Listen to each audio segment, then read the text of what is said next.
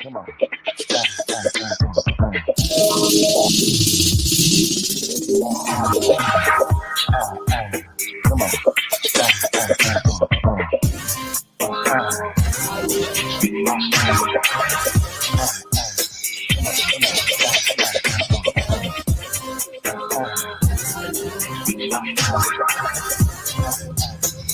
Put your emojis together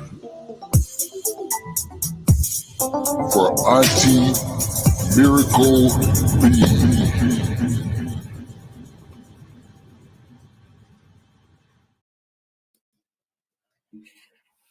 Good morning, afternoon, evening to all of my peoples. How is everybody doing today? Happy Friday. It's Friday, Friday. Oh, it's Friday, Friday. Anywho, I wanted to come and give you guys some content today, because I know I need to provide a little bit more content on a more consistent, frequent basis. I need to, increase my release cadence for all of these videos. Well, anyway, today I am going to discuss our actual DEI hire. I'm going to give the disciplinary interview of Sean Grayson, which is the piece of trash that murdered Sandra Massey in her home after she called for her safety because she thought there was someone prowling outside. Now, before I get into that, I do want to address something really quickly. I recently had to block someone out of my chat, out of my comment section, because they were peddling that DEI crap that I specifically advised not to use when you're discussing a female or a person of color, because it is akin to using the N-word, and it plays into identity politics, which people claim that they despise. And instead of dealing with them on the merit of their accomplishment or lack thereof, or competency or lack thereof, you automatically focus on race and ethnicity. Like you don't know, like people need to all come to the realization that there's no such thing as racist, not racist, but races, plural. There are no black race, white race, whatever. We're all the human race. We all come from Africa. People crossed the land bridge when there was one continent, and they decided people settled where they settled, and then based upon the region that they're in, they adapted to the environment. So a person who is dark-skinned moving to Norway, some of those traits that people with darker complexions have, they no longer needed. And so that is where the ethnicities came from. There's no reason why a white person or a person who is technically a shade of brown, we're all brown. There's no such thing as white. Anyway, what was my train of thought? But anyway, I wanted to discuss this individual that left these comments, and I just want to illustrate the type of BS that women and people of color face every single day. So this individual, his name is WTH is this right here. He proceeds to tell me, Biden and company explicitly stated they were limiting their search to a female person of color. That's why Kamala is referred to as a DEI hire. If that doesn't qualify, nothing does. So then I had to rebut and say he referred that to Ketanji, what was his name, Brown Jackson, the Supreme Court nominee. He explicitly said he wanted to nominate a woman of color to the Supreme Court because we needed more representation. We needed a woman who understands the female perspective and a woman of color for the ethnic issues that they can address. So he never said that about Kamala. He said it about Ketanji Jackson, Justice Jackson. But he did say that he wanted a woman when he picked Kamala Harris. So that's the distinction. Again, Kamala Harris, even if you don't like her and her politics, you have to give her credit for her accomplishments. She went to college, she went to law school, she passed the bar exam, she was a prosecutor, and she was a attorney general, meaning that she ran for office and she was duly elected by the people in California. She became, after she became attorney general, she went to the Senate or Congress. Again, she was duly elected. So there's no way you can be a quote unquote DEI hire if you have accomplishments. And instead of focusing on, I don't like, her political opinions, I don't agree with that, you have to give her credit for her accomplishments. And so when you go with, oh, well, she's a woman of color, she's Black, that's a dog whistle to appeal to our baser instincts, hatred, and prejudice. And I'm not standing for it.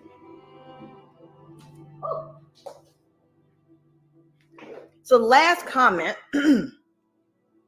that this individual wrote to me was, and here's the funny part. So he posted it on one of my previous live stream. So he's watching my prior videos. So he responds in the comment section of another video of mine, different video, right? He says, well, looks like my factual and logical reply to the obviously absurd notion that Kamala is not a DEI hire got deleted. Bitch, I didn't delete it. I let you rock out with your cock out. You reply on a different video. Shocking, he says. If you want to continue valuing emotional hysterics rooted in racist propaganda over reason and common sense based on reality, I'll happily go elsewhere. I won't be missing much in any event. Okay, well, bye, bitch. I didn't ask you to sub. I didn't ask you to post this crap in my comment section trying to justify you made a racist comment to a Black woman or a woman of color, all because I have more melanin in my skin. So you decide to attack another woman of color in my comment section. So then I replied that this person is insane, because clearly they are, for coming at me like that. And I said, I did not delete your ignorant reply. I let you make a racist comment and I responded to you. But I'm going to block you now because clearly you are a racist and a liar, and I will not have it. So bye. Take your racism elsewhere. You won't be missed. So again, I say this. A DEI hire to me is an individual who is unqualified for their position that they're in, and they receive that position based on arbitrary things. And just because a person is a person of color, you cannot negate their accomplishments. That's my issue. You're negating her accomplishments and throwing in race and ethnicity, which is wrong. We can talk about DEIs, people who are unqualified to hold a position that they've been elected to, or have been appointed, or have been given based upon their privilege and generational wealth. All of the DEIs that got into Harvard because they were legacies, they are DEIs because they didn't earn it. They were granted it based upon money and the fact that they have a penis. And just because a white male is woefully unprepared and unqualified,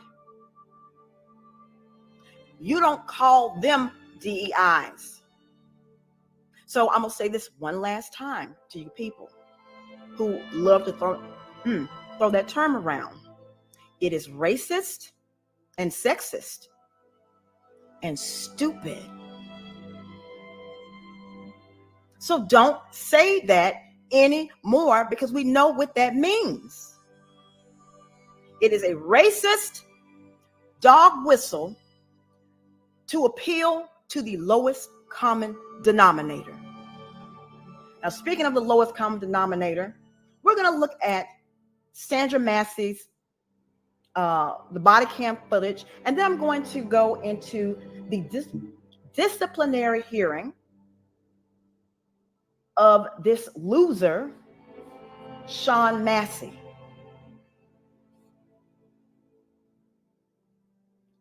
And how he was in his one of his initial positions as a deputy,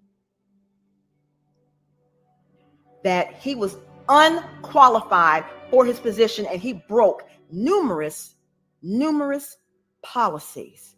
And instead of him being disciplined, fired, held accountable, he was sent to another agency, or he resigned and he went to another agency and another agency and another agency, until we got to the point where he murdered this woman who all she wanted was them to help her, to protect and serve. And it didn't happen. She lost her life for nothing. And people don't care.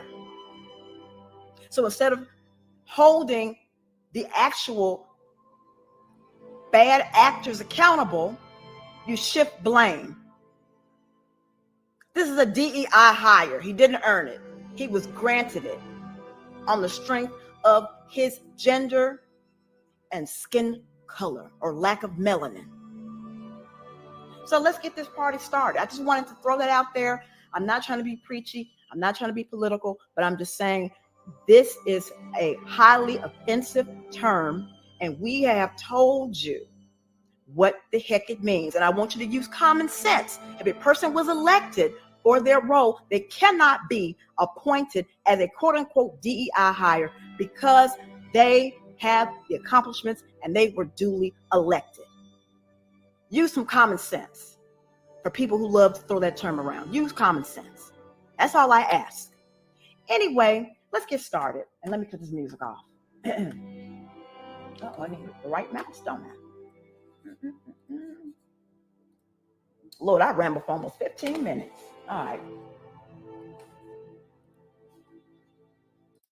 All right, let's get this party started. I won't call it a party. Let's get this blasphemy started. Body cam. What do you want help with? Huh? What do you want help with? I heard somebody outside. Yeah, we checked your house. We checked your backyard. I walked all the way through all these backyards. We checked your front yard.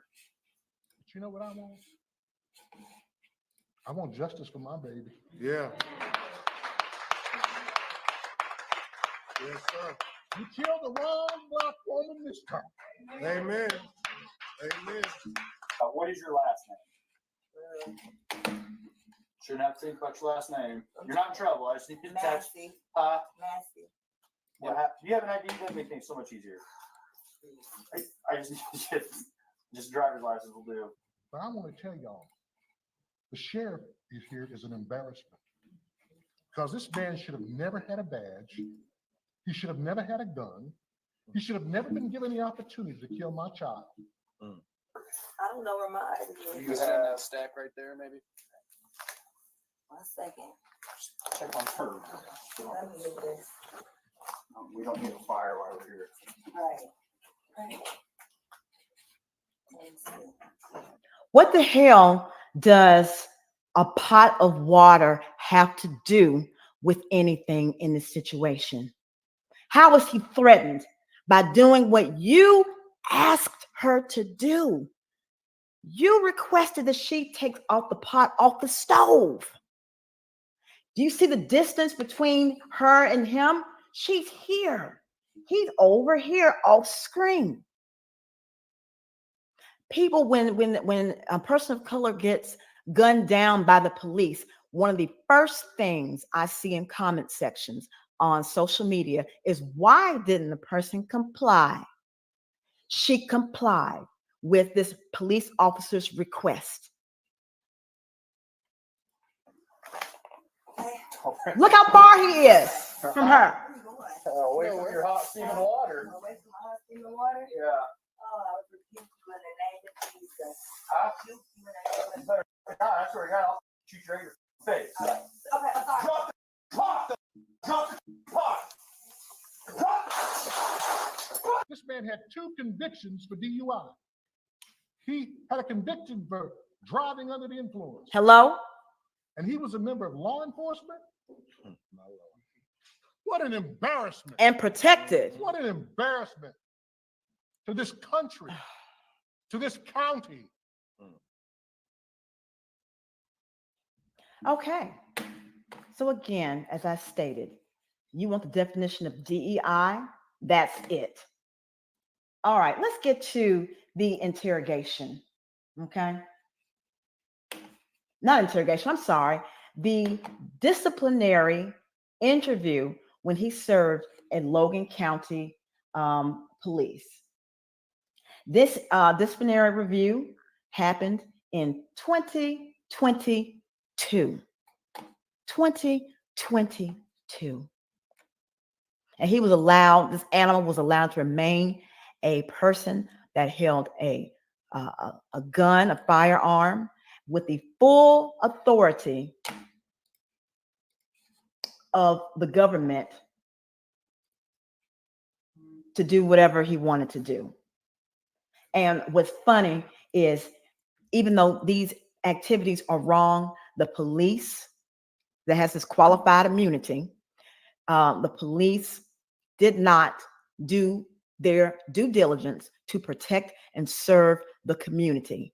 The police is over militarized and they're violent and they escalate situations for no freaking reason.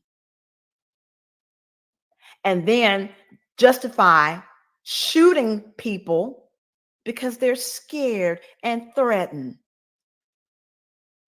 And then 10 of y'all will attack a person and you're sitting on their back, sitting on their neck where the person can't breathe, face down, while these people are hitting him and jerking him from side to side, and you scream, "Stop resisting. Stop resisting." And every time they're always accused of resisting arrest, and that was the justification to kill someone and not give a flying damn about their lives and their families. Because a lot of the times, these situations do not warrant lethal force. And if you are too afraid that a pot of boiling water from the other side of the room scares you, you are not fit. You are not fit to carry a badge. You are not fit to do what you're supposed to do and serve your community. Time after time, people call the police because someone's having a psychotic episode.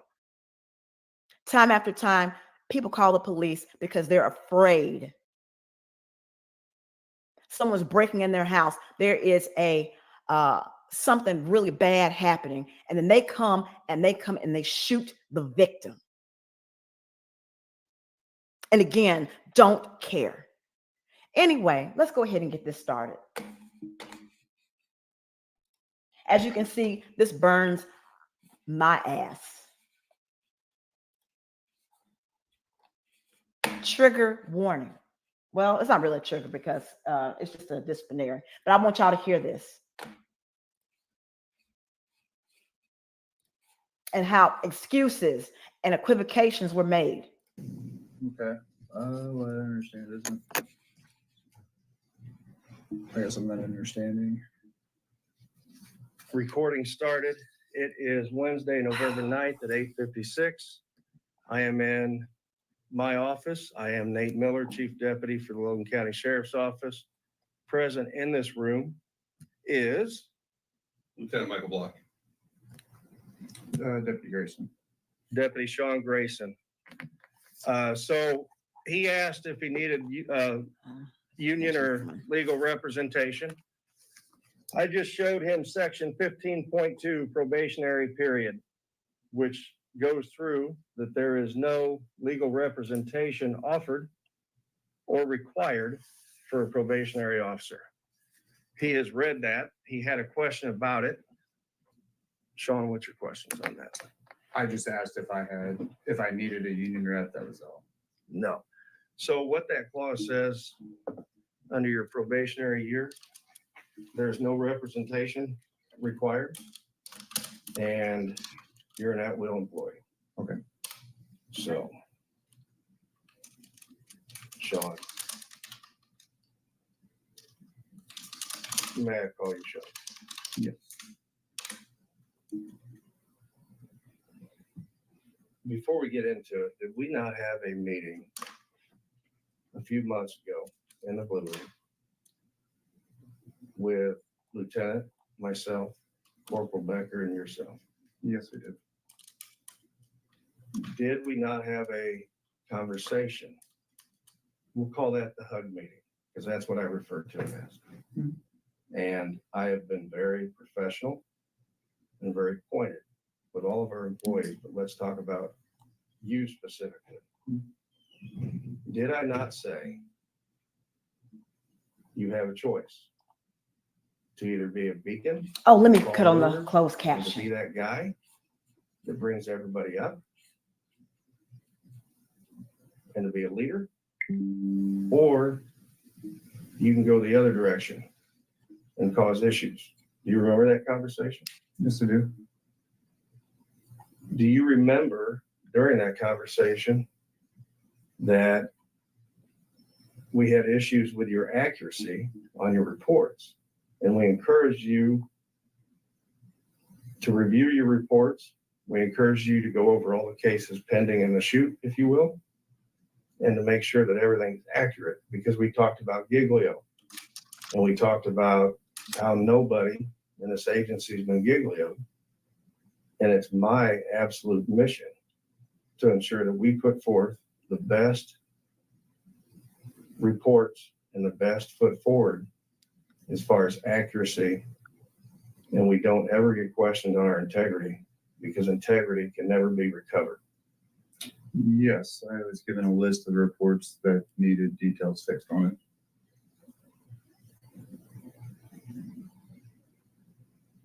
Do you remember during that meeting, and just in passing, one time it was outside, I believe. I just want y'all to the term giglio that they're referring to. It was a case And so a Giglio or Brady list is a list compiled usually by a prosecutor's office or police department containing the names and details of law enforcement officers who had sustained incidents of untruthfulness, criminal convictions, candor issues, or some other type of issue placing their credibility into question. And so this is the intent of this disciplinary. He had sustained incidents of untruthfulness, candor issues, and all of those things compiled together created an issue where their credibility was in question. And you're going to hear that a few times in this interview hearing. This office, I had a conversation with you and we talked about it in the meeting also, that our supervisors are supervisors. We follow a chain of command. If they give you an unlawful or unethical order, in our policy, it can be challenged, but it has to be challenged appropriately and professionally. But you should always follow lawful and legal orders and have decorum when it comes to that. And we were talking about yourself and Corporal Hoff and others. Do you remember having those conversations with me? I remember talking about the chain of command. I don't remember that exactly stated. Okay. All right. I'm not trying, but I do remember you talking about the chain of command. You said you need to respect your chain of command. You need to respect the corporals, the sergeants, and the lieutenant, chief, sheriff, all the way up and all the way down. And we shall respect you also, because it goes both ways. In order for an agency to be moving forward, we have to respect each other.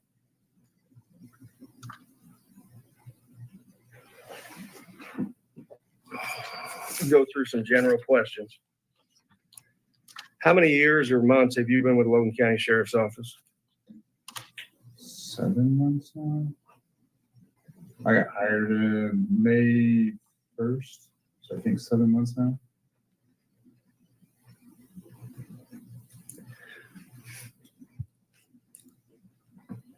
It'd be 7 months now.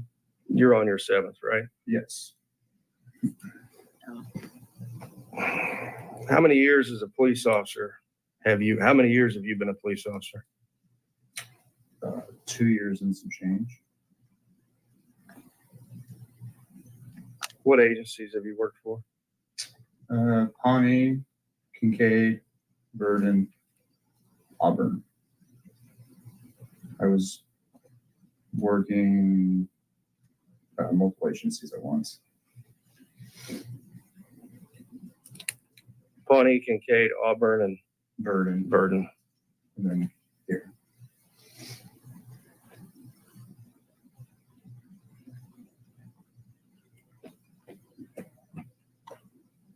What academy did you go to? I went to the NGU 10 in Springfield. So it's a part-time academy? Yes. And then I did my 2-week transition academy down in Fallon at Swick. Yeah. How'd you like that one? It's not a good academy. It's not a good academy. They're gonna get people killed. Since you brought that up, you do realize that we've had conversations about following orders and policies and procedures, and we've had training. We've implemented training because I understand the risks that everybody faces, and we have this training and we give these orders for a reason. And I agree, and I see that. And prime example, one of my buddies that was at Swick with me got shot and killed. We're not killed, he got shot twice and almost died, and that was like a couple weeks after Swick training. That's who taught our high-risk traffic stops, things like that. So. And you definitely remember the conversation about honoring chain of command, orders, policies, and accuracy of report writing, correct? Yes. You've been involved in you were a military individual, correct, right? Yes. How long were you in the military? It was 2 years. Big Army? Yeah, it was active duty. So it wasn't National Guard? No, it was actual active duty. I was stationed in Fort Riley, Kansas. And I know I've said this before. Thank you for your service. And you definitely understand after our conversation in the blue room that day,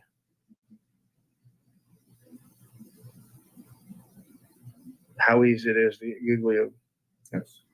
Do you remember when I was talking about Giglio, how I have no place to put empty holsters if somebody gets Giglio because we're not a large agency? And I can't put somebody in a position to do just press releases, if you will. Right? Do you remember those conversations? Yes. While we were at that meeting, do you remember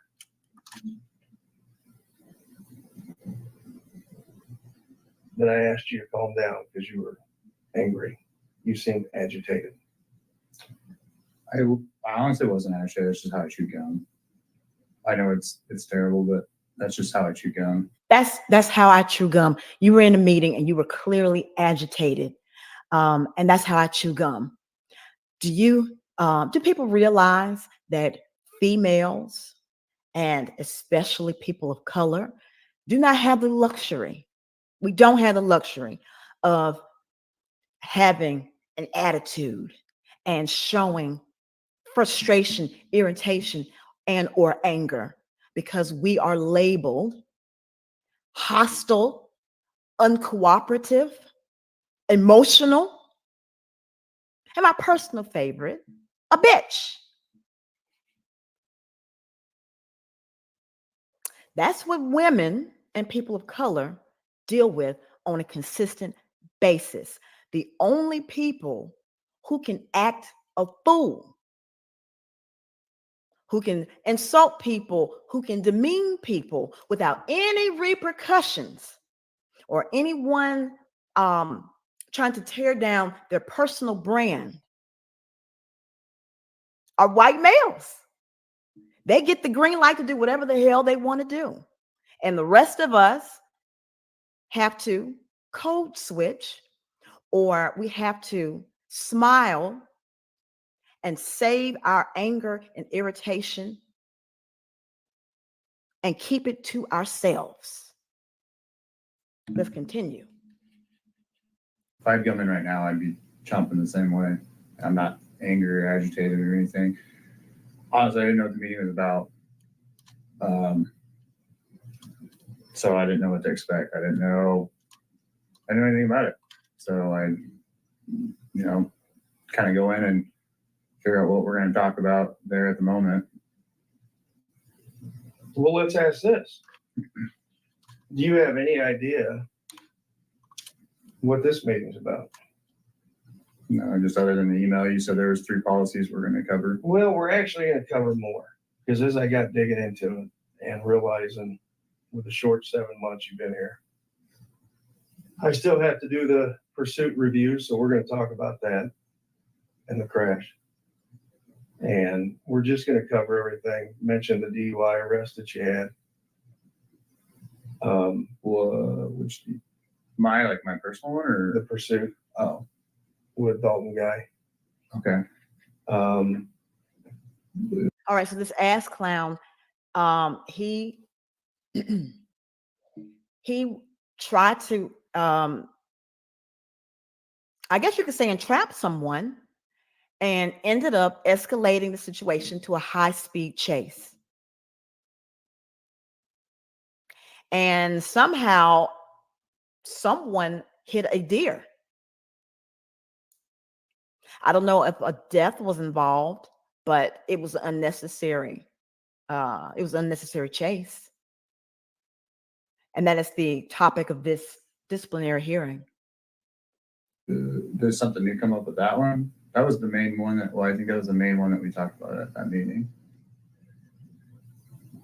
after.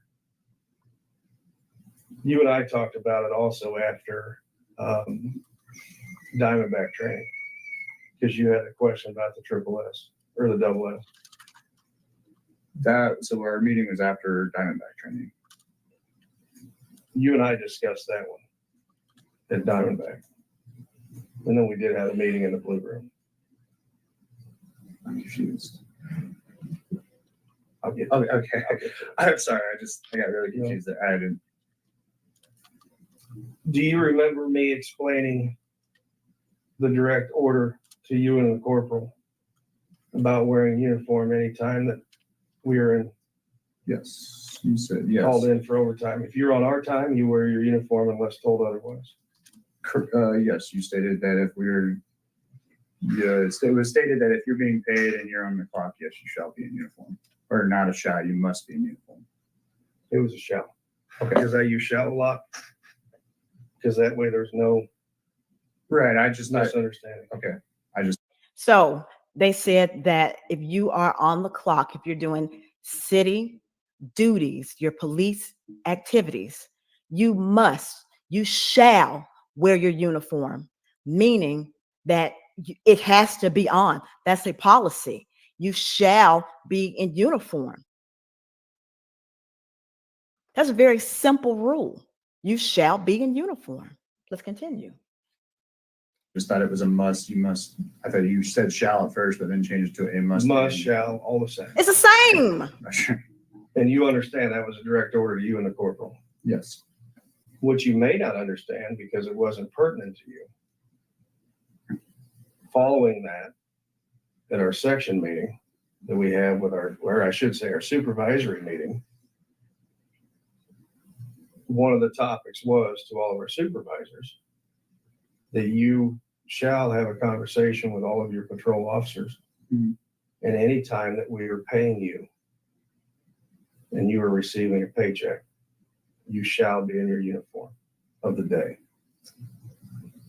To be honest, that was never passed down. Didn't have to be because I told you that directly that day with your corporal. Correct. That was a direct I knew that, but okay. That was a direct order. Right. So before we go any further on this, let's talk about Monday.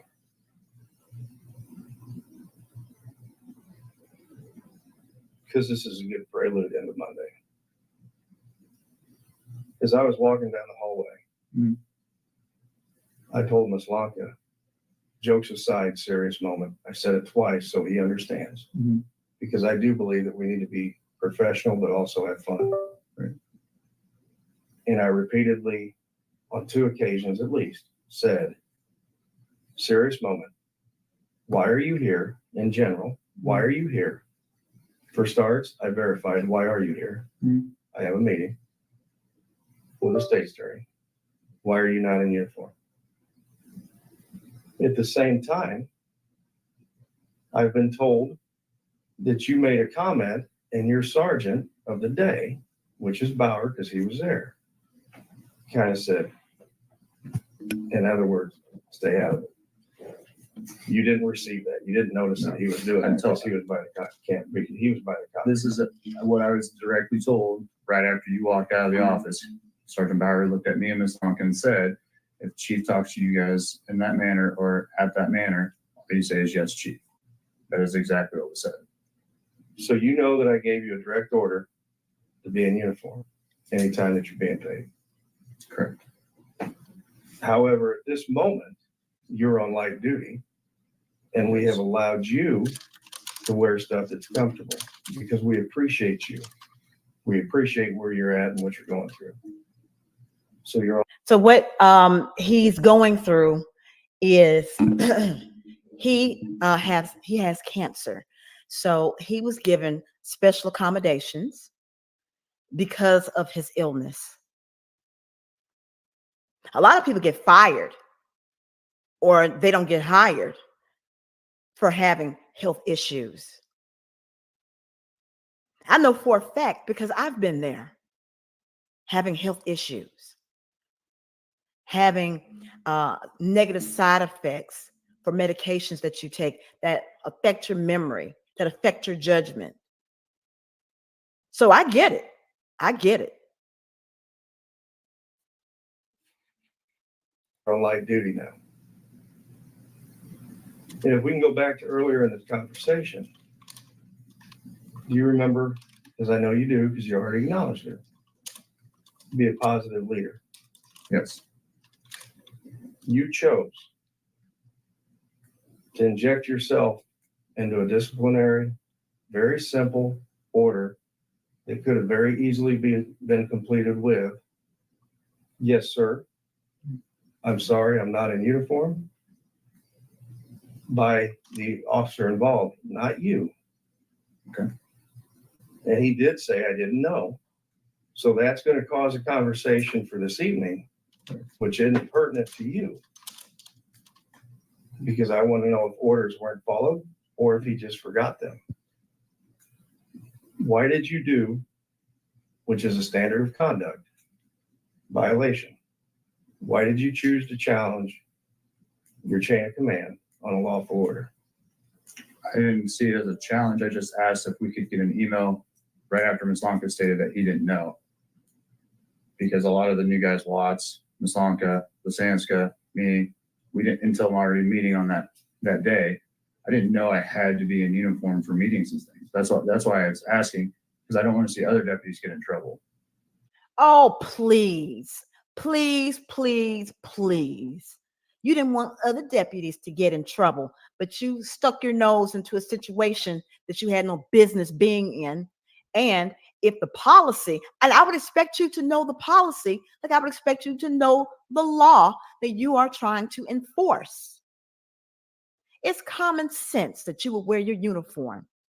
And if your boss tells you you should be in uniform going forward, what is the problem here for you to interject and challenge your leadership?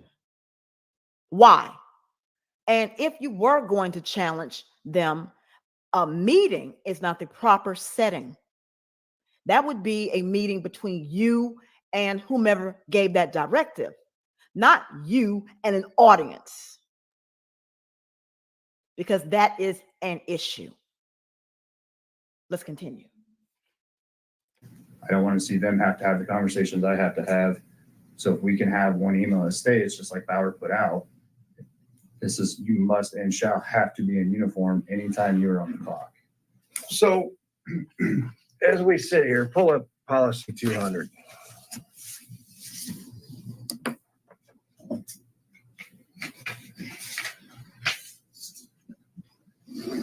Organizational structure and responsibility. Who are you going from the top or? I'm just going to go through it because I think you have a good understanding. Are you familiar with this policy? For the most part. This is the one I read after you sent that email. I read all the policies that you sent me in the email. Okay. Prior to Monday, were you familiar with this policy? For the most part. Okay. So you lied. You said that you didn't know. Now you're saying that you knew, you were aware of the policy. So you lied. You lied again. If you were aware of the policy. Succession of command, it gets into administrative divisions, operation divisions, criminal. Orders. Members shall respond to and make a good faith and reasonable effort to comply with lawful orders of superior officers and other proper authority. I'm sorry. Yeah. 200.3.3. Yes. And it goes on through. I mean, this is a common sense policy, right? Yes. That you're not really, this should not take you by surprise when it comes to unity of command, orders, the ability to follow them. And 200.3.3 actually says you shall basically, it does, shall respond to and make good faith.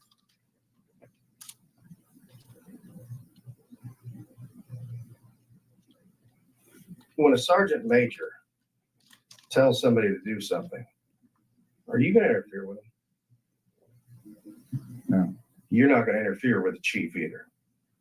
You understand me? Yes, sir. What you don't know but I'll tell you because I feel like I'm an honest person. I've been here 10 months, 11. And I give orders to deputies to be followed. I give orders to sergeants to be followed. Dare I say, I give orders to the lieutenant occasionally to be followed.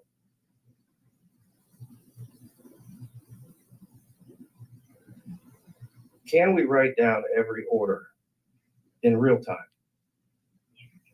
If it's an active scene in real time, can we write down every order? It's doable. Yeah, I think it's No, it is not. Active shooter, active situation. They said, can you write down the orders in an active scene? You can write down every order. Come on.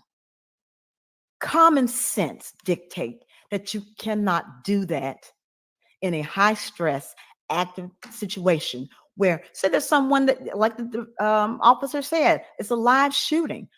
Who's writing anything down?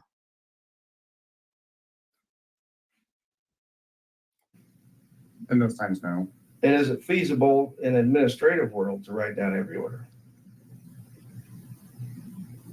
You would never leave your computer. And quite frankly, every deputy and every supervisor would never leave their computer. Do you think it's important for the chief to have trust in all of his supervisors that when I tell them to say something and to give that order, that I may be testing our supervisors also to ensure that that order is being followed out? A simple order, a common sense order, that if you're on the clock and your patrol function, my primary function is patrol. If I have my monthly meetings, which I do with my supervisors, and I give them a very simple order, and I think I'm pretty easy to understand, and I'll say, pick up your pens. You shall ensure that all your officers are in uniform anytime that they're being paid. Uniform of the day unless otherwise specified by court. That's the Class A.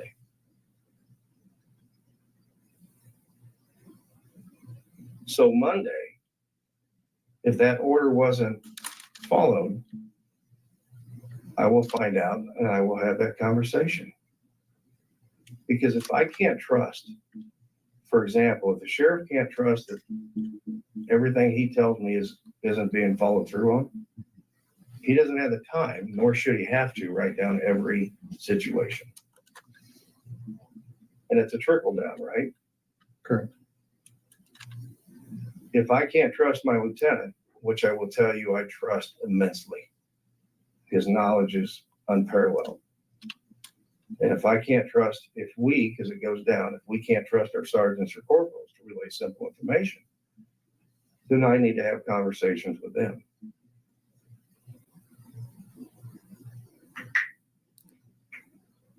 There's no difference.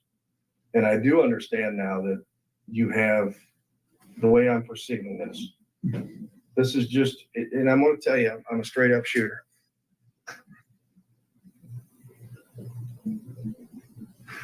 You have respect for a sergeant major in the big army, but you don't have respect for your chief on down in the little bitty sheriff's office. I'd say I have the same respect for you. I wasn't trying to challenge you or anything like that. I just don't want to see anyone else get in trouble or pretty much just get in trouble for something we don't know or we haven't been passed down. That's all. We don't know if it has or hasn't been passed out. That is my job to find out. And then it's my job to have meetings with those other people to figure out why orders aren't being followed. Because they're lawful and just. But you chose. One, you weren't reading the temperature of the room very well at all. I didn't know you had a conversation with outside and inside the hallway. We were having a conversation about the trial that we were not, the trial that was coming up. We were talking and discussing that case. No, I did not read your sternness with Miss Lonka. If we don't have order and professionalism, since you brought up Auburn, which is never smart because you don't work for Auburn. I understand that. Is there more professionalism here than the other agencies you worked at? I think Auburn was pretty professional in the way it was ran. I just don't think we had good. One, we didn't have any sergeants other than one that had 3 years on, and that was it. So we had no other leadership other than our chief, who was day shift, and we never saw him. This is the first time in 27 years that I have seen somebody on light duty inject themselves into a standard conduct violation. I didn't realize that, one, I didn't know you were disciplining him or having a disciplinary conversation. It wasn't. It was an order that you shall wear your uniform. And were you aware of that? And his answer, we will discuss tonight with him. And that opens up more questions that I have for other people. You chose to inject yourself into a supervisory conversation unprofessionally and not smart. Do you understand that? Yes. Did you hear me say, all jokes aside, this is serious. This is a true conversation to that effect. Ms. Lonka, where's your uniform? I don't remember that being said. I heard you ask him, where's your uniform? And then you went in, and then you walked in and you said, why are you not in uniform? From this day forward, I would hope you would teach other people, zip their lips. There's a proper way to address it, and there's an improper way to address it. And I will tell you, you nailed the improper way to do it. Scored an A on that one. Not the route you want to go. I understand. So you definitely understand policy 200 from here on forward about organizational structure and responsibilities. Yes, sir.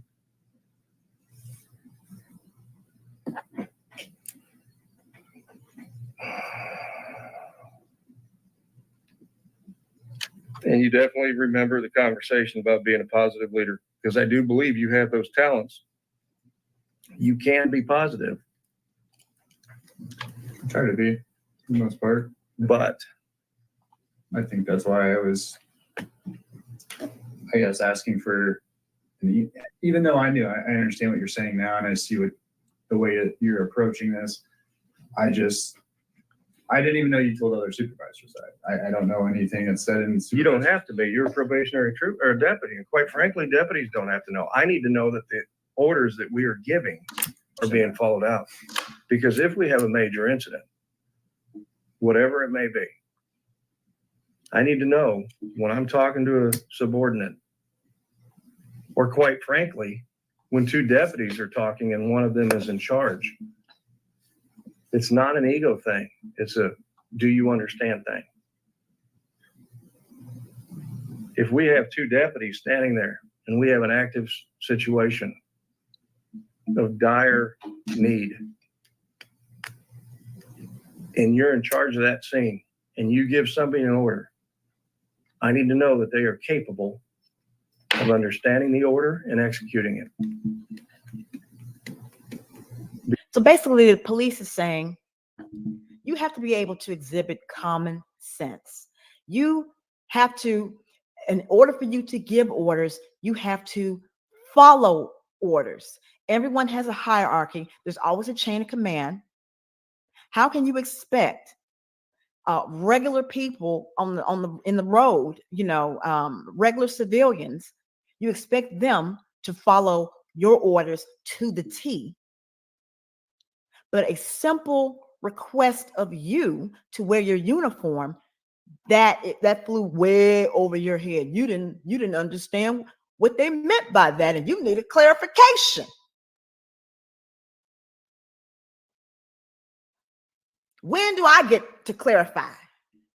Being in a confrontation with the police? When do I get the clarification? When do I get the benefit of the doubt? How can you be judge, jury, and executioner when you can't follow rules? Because we do not need people, and I mean this, and I've never mixed words from the moment I interviewed you pre-employment. I do not need people that can't critically think and follow through with direction, because it will get people hurt, it will get you sued, and it will get you out of your business of law enforcement very quickly in today's world. We need critical thinkers that can also follow direction Like I just said, and know when and when not to say something. And we need them to be able to follow direction and act. And to think that we could write down every situation and every order would be asinine, right? There's just no way. It'd be like you stopping somebody coming from where you live, and I said, go out there and stop every violation that's in the IVC on the way. You won't make it to Elkhart. Common sense, man. That's what this business is about. And quite frankly, that's what our policies are about. It's common sense. We need to use our common sense and act on it, right? And I just want to reiterate,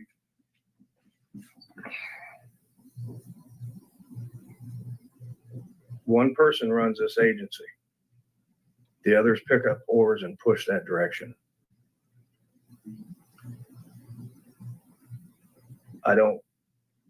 This sounds bad. I don't care for your approval one way or the other. Do you understand the importance of me giving orders to see if they're followed? Yes. Because we have to be able to trust. Was that mine? Didn't hear anything. That was, yeah, Yeah. Oh, that's yours. Yeah. Can I interject one thing just real quick? Always. Okay. Always. The chief had asked a question about being able to put orders in writing, right? And your initial thought was in an office setting, right? Yes, absolutely. We can write it down and send it out, right? That's what you were looking for, right? Correct me if I'm wrong here. So you were in motor pool, yes, right? Automotive, right? Whatever. Right. You needed stuff. You needed money. You needed equipment. You needed a thing to be moved to a place or whatever. You filled out paperwork, right? Yes. Up the chain, right? To make sure that you got what you needed and or the thing got done, right? In that setting, I wasn't there to witness this, but in that setting, would that not have been, as opposed to interjecting in the time, the right way to go? Hey, Sarge, can we get that in writing so that everybody's understood? Same process, right? You have the time to make the requisition, right? correct. That would have been the great way to do it, I see as that. opposed to interjecting. I see right. that now, yes. Okay. And that's a good point. And do you understand the importance of me sending out simple verbal orders and seeing if they're followed? Yes, I do. I see what you're saying, and I see where you're coming from on this now, and that's not how I intended it. I didn't. So what this is going to be is a lesson to help you learn how to be a manager yourself and a leader. Anybody can be given a title. It doesn't mean it's respected. Anybody can be given a title, and it doesn't mean they're worthy of it. Anybody can be given a title, and quite frankly, it doesn't mean they earned it. I have to prove to each and everybody here that I deserve to be in this seat. And I have to prove daily to the sheriff that I understand what his direction is, what his orders are, and I will follow through with it. It is a very good agency when from the very bottom to the top or the top to the bottom, we know that we can have conversations that will be followed through and we don't have to circle back. What you may not understand yet is even though this is only an agency with 50 employees, because it goes beyond patrol. It is very refreshing to know when we give an order, verbal or other, that it's followed through and we can forget it. If I ask the lieutenant to do something, I know that he is going to act on it. If the sheriff gives me something, he knows he can move on and forget about it. That has to be the agency that we function with from the very top to the bottom and vice versa. How do we find out if we have deficiencies? If we hold everybody's hands? Because this business of law enforcement, we are solo folks that have to represent ourselves to survive and to make lawful arrests and just to basically, like I said, survive this career, which I love, or I wouldn't be here. We need decorum. Do you understand where we're coming from on this? Yes, I do.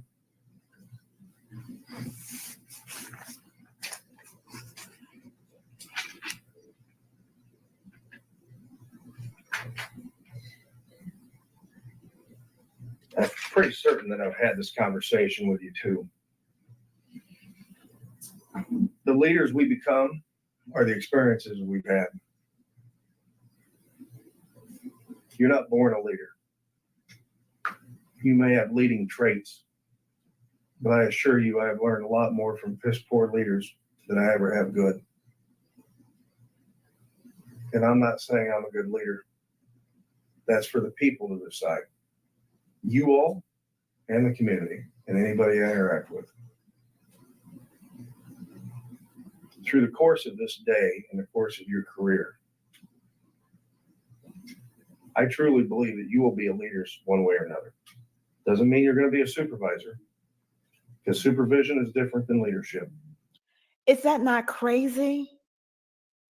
Even though he is being disciplined for violating policy, for violating procedure, he still gets the benefit of the doubt of, well, you know, I know that one day you'll be a leader and you have the qualities of leadership, even though you break rules.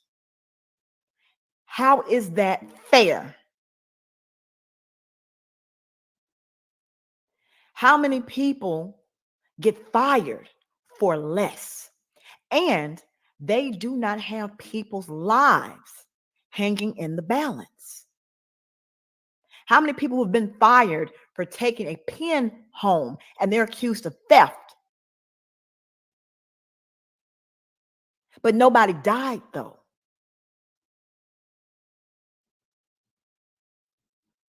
You're not responsible to protect and serve the community. How is that fair? How is that just? There's no doubt in my mind that you have seen supervisors that were not leaders. Take these experiences and grow from them. And if you think I'm a piss poor leader, when you get the chance to be one as a supervisor, learn from your experiences and move forward with it and be the supervisor and the leader that you can be. Again, you can't follow orders. You violate policy. You're dishonest. You write fraudulent reports.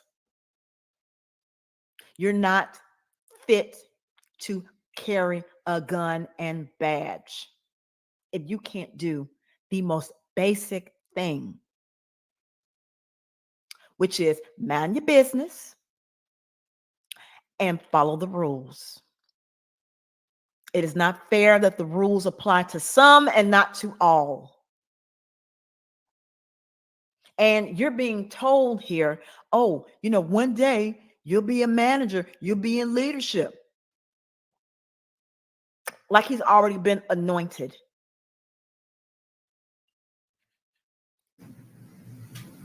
Does that make sense? Yes, it does. And pick up a few tricks of the trade on the way. How do you know if somebody's following orders? There's a bunch of different ways, and I think Monday showed it. Right? Yes. Do you have any questions or comments about that? No, but is there a way to turn the air off? Yeah. I'm like freezing. I don't want to put my, if you guys get hot, you can turn it back on. I'm naturally a hot body. Well, chemo makes my hands, I feel like needles in it, so. I don't know how quick it It's okay, changes, but I just, I'm trying to. This warm my office? body up. It's terrible. Because it will be, Miami.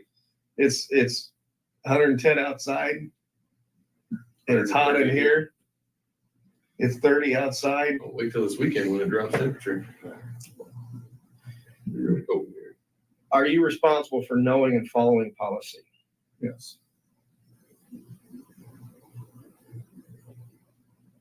And orders? Yes.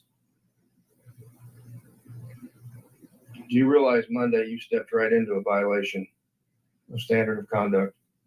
I didn't realize that. Do you understand it now? Yes, I do. Do you realize how hard it is for somebody on light duty to inject themselves into this meeting? And by the way, have I not already told you? I think the world of you, but you don't want to be sitting here.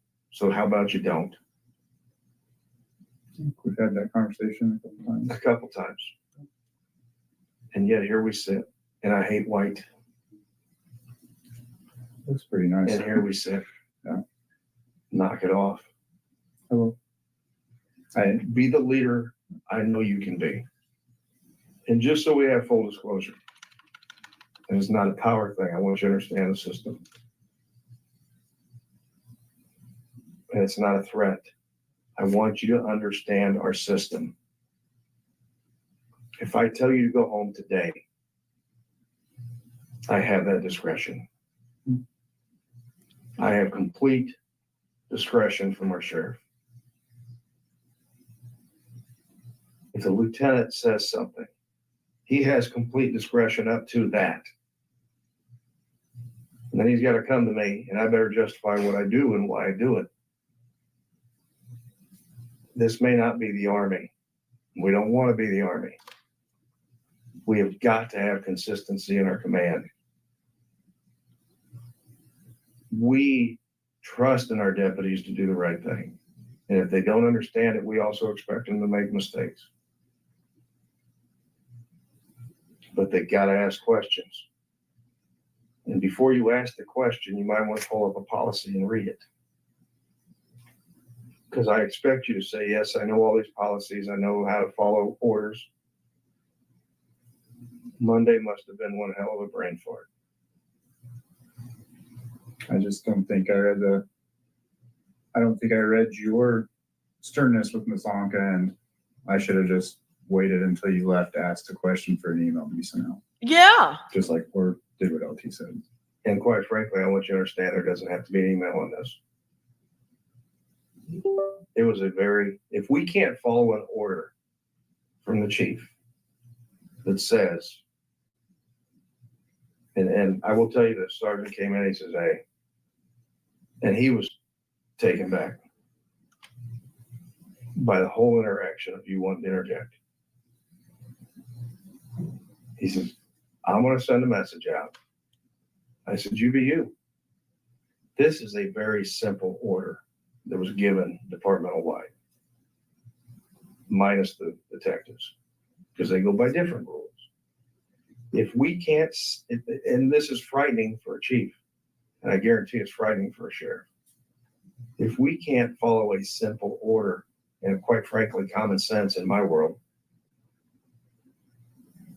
wear the uniform of the day unless it's court or you're told otherwise.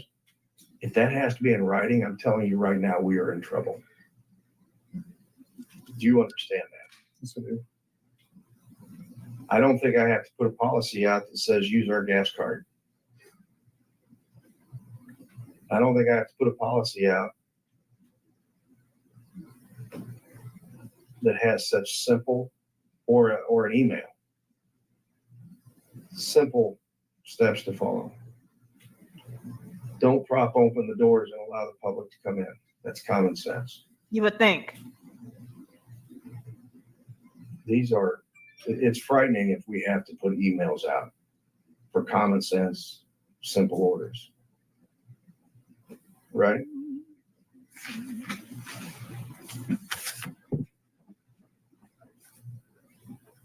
Okay, you understand you're responsible for following not only policy, but orders Yes. that aren't criminal or unjust? We're going to skip around because I'm going to get to the vehicle pursuit one here in a little bit.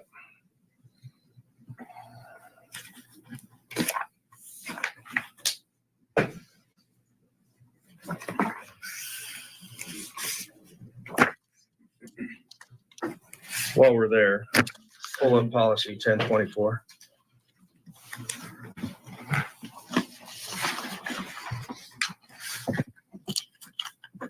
So you moved up a little bit. A little bit.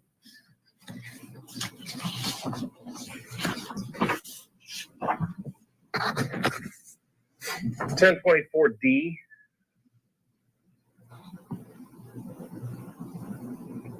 The uniform is to be worn in compliance with the specifications set forth in the department's uniform specifications that are maintained separately from the policy.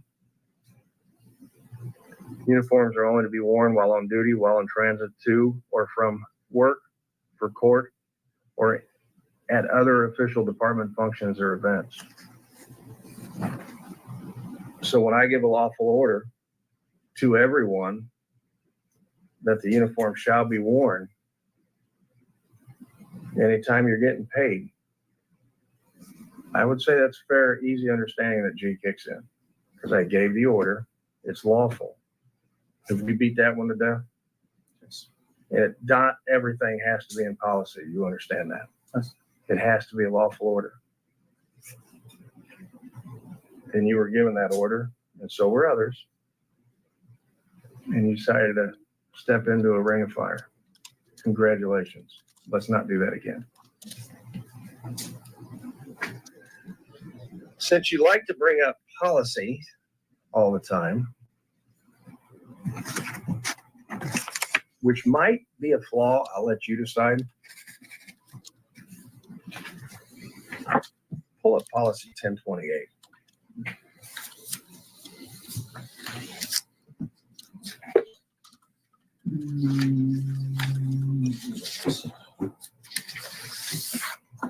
Temporary modified duty assignments. If you go to the second page, employees seeking a temporary modified duty assignment should submit a written request to their chief deputy or the authorized designees. Did you ever send per policy a request? I don't think. No, I think I just asked what you guys wanted me to do. I wasn't even expecting to get light duty here for cancer.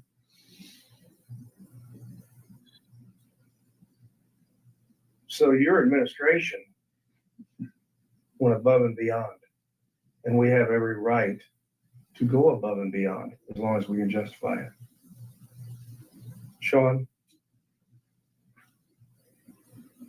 I understand you don't know me real well, but you're going to learn.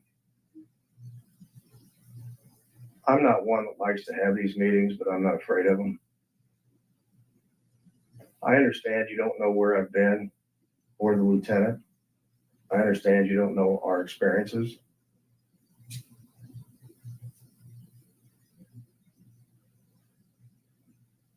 I suggest if you choose to inject yourself into situations and you decide to pull out policy as your go-to, which was a terrible decision because it was wrong. I have made a very long career of trying not to eat crow. Do me a favor, because it's actually going to be doing yourself a favor. I'm not saying you like us. You don't have to. But if you take anything away from this meeting, understand that the two people in white shirts do not like to eat crow. But when we do, we will admit to it and fall on that sword immediately. I don't know who taught you or where you picked it up. Maybe it was sitting there in the garage around, shooting shit about that. Oh, here comes Sergeant again. Let's see what that does. I don't know where you picked it up. I'm going to ask you to think about this. Before you decide to insert foot into mouth, stop. I've been here 10 months. Go ahead, 11-ish. But I've got 27 years of policy. And I've never once came to you guys and said, by policy, I just give you simple orders that fall within policy. So how long have you been on light duty? I think just a month now. So 2 paychecks on light duty. I think so. And on Monday, you wanted to talk about policy. And just to be perfectly clear,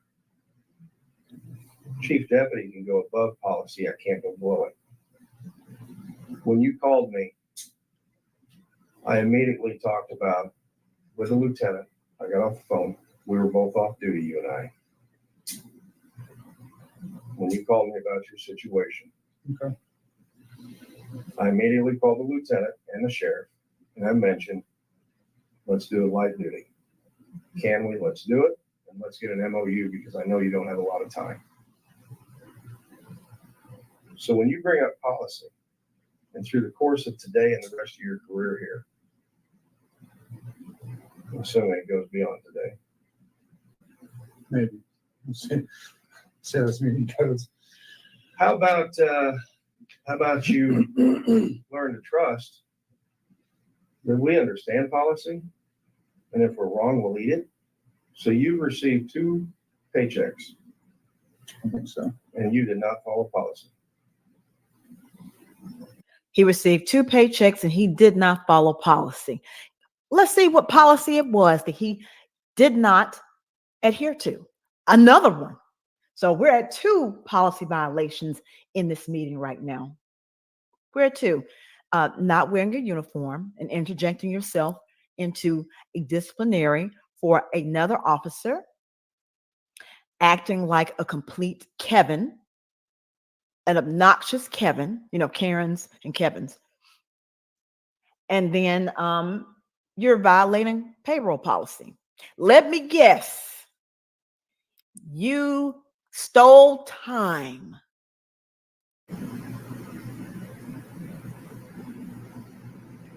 You tracking?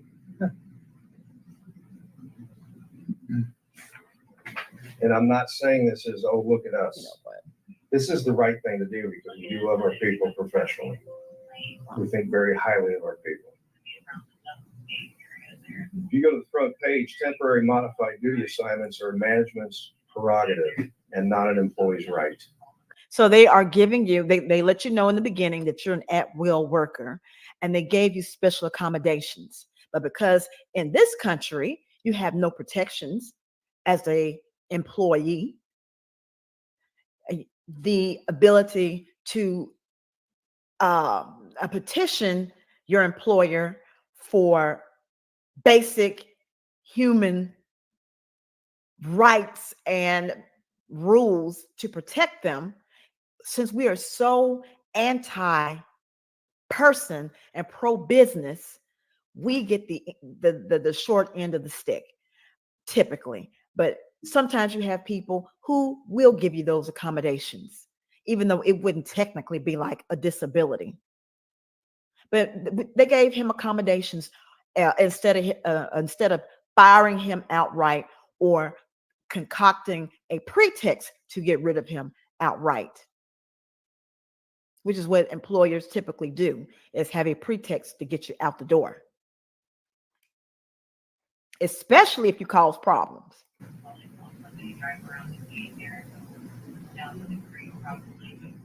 That's in policy.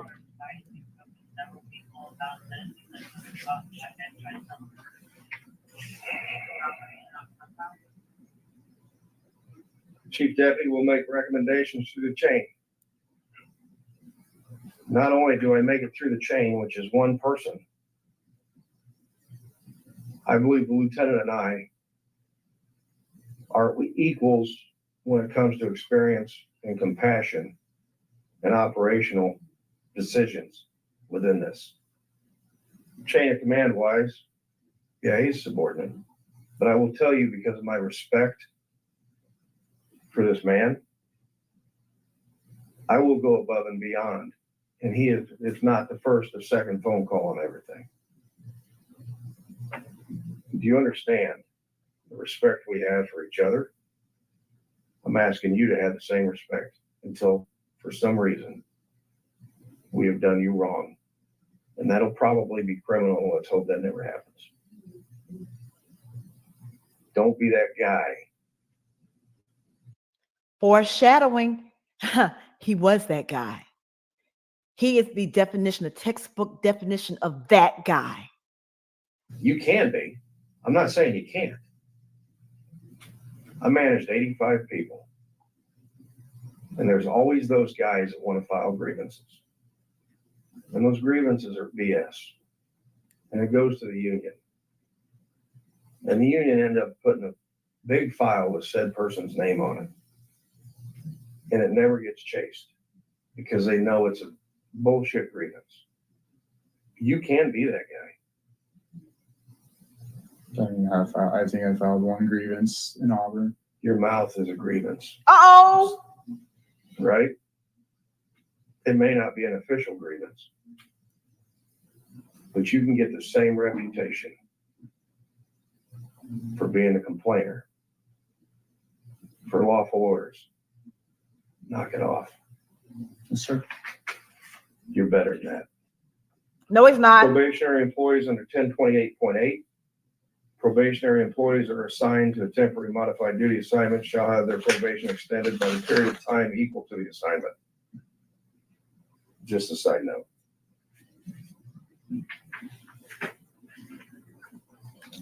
Are you guys understanding my probation? It doesn't matter to me. I'm just asking, is that what you guys are We'll gonna have do? that discussion. Okay. But it's in policy, right? Well, that's why I was asking, is that what you guys are gonna do? We'll have that And it discussion. makes, It's really hard to be in this seat when you're in probation or light duty, but congratulations. You made it. I'll be able to help other deputies not be here. But you've got to understand when this is done, assuming everything goes well. Not only do I need you to help other people understand the process, knock it off. I understand. Payroll records.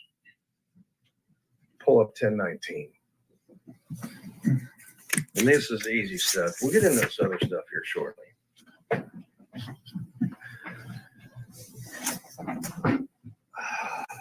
I like to be flexible, and I've made that known. Let me ask you this, because we started an MOU about people donating time. That was done immediately also by your admin team.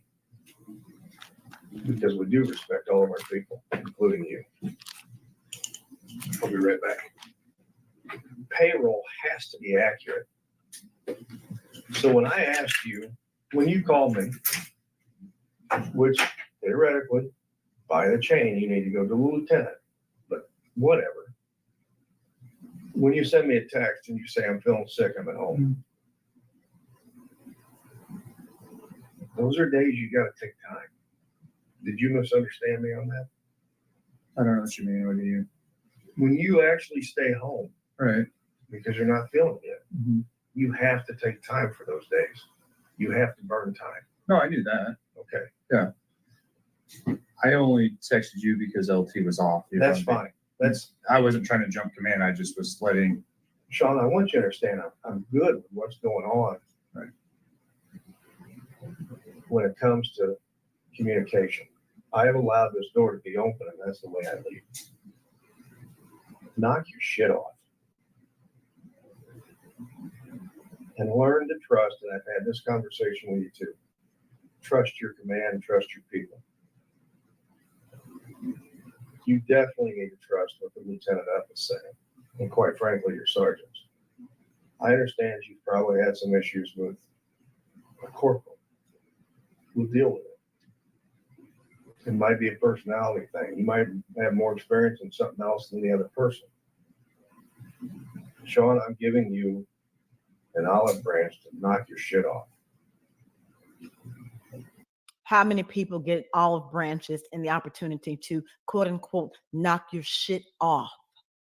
How many people get that opportunity? Blatantly breaking rules, clearly stealing time. How many people, especially if those of us who've ever worked in retail or, your first job when you were a kid and you worked at, McDonald's or Wendy's, and you steal time. They get you out the door.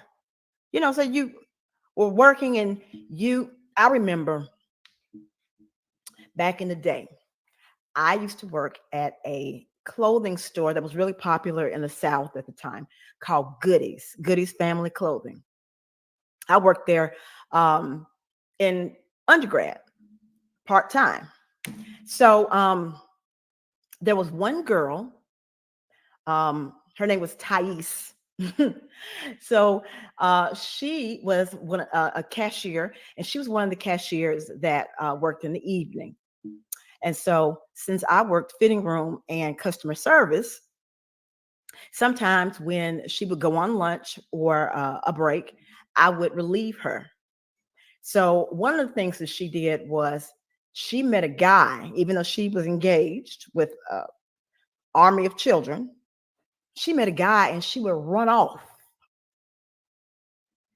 go and have some freaky sneaky, and then come back to work and then lie and was like, yeah, I was across the street at the Galleria because I was Christmas shopping, but you didn't have no bags.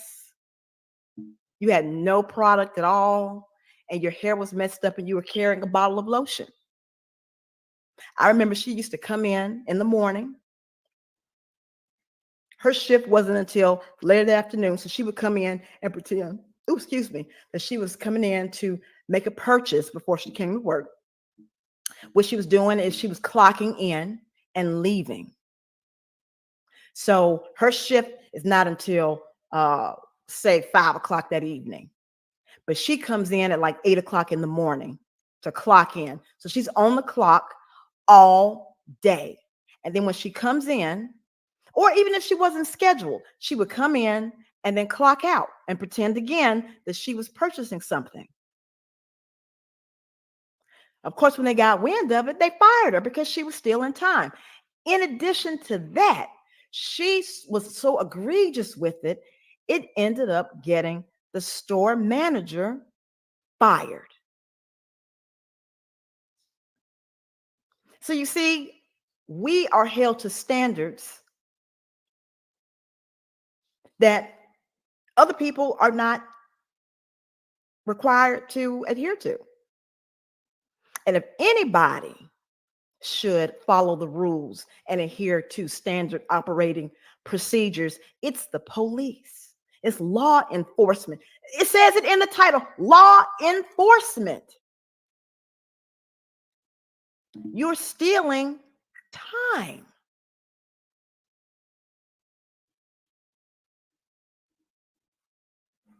It's good for me. I can do what I want to do. You have to enforce those rules. It's good for thee, but not for me. That's a problem.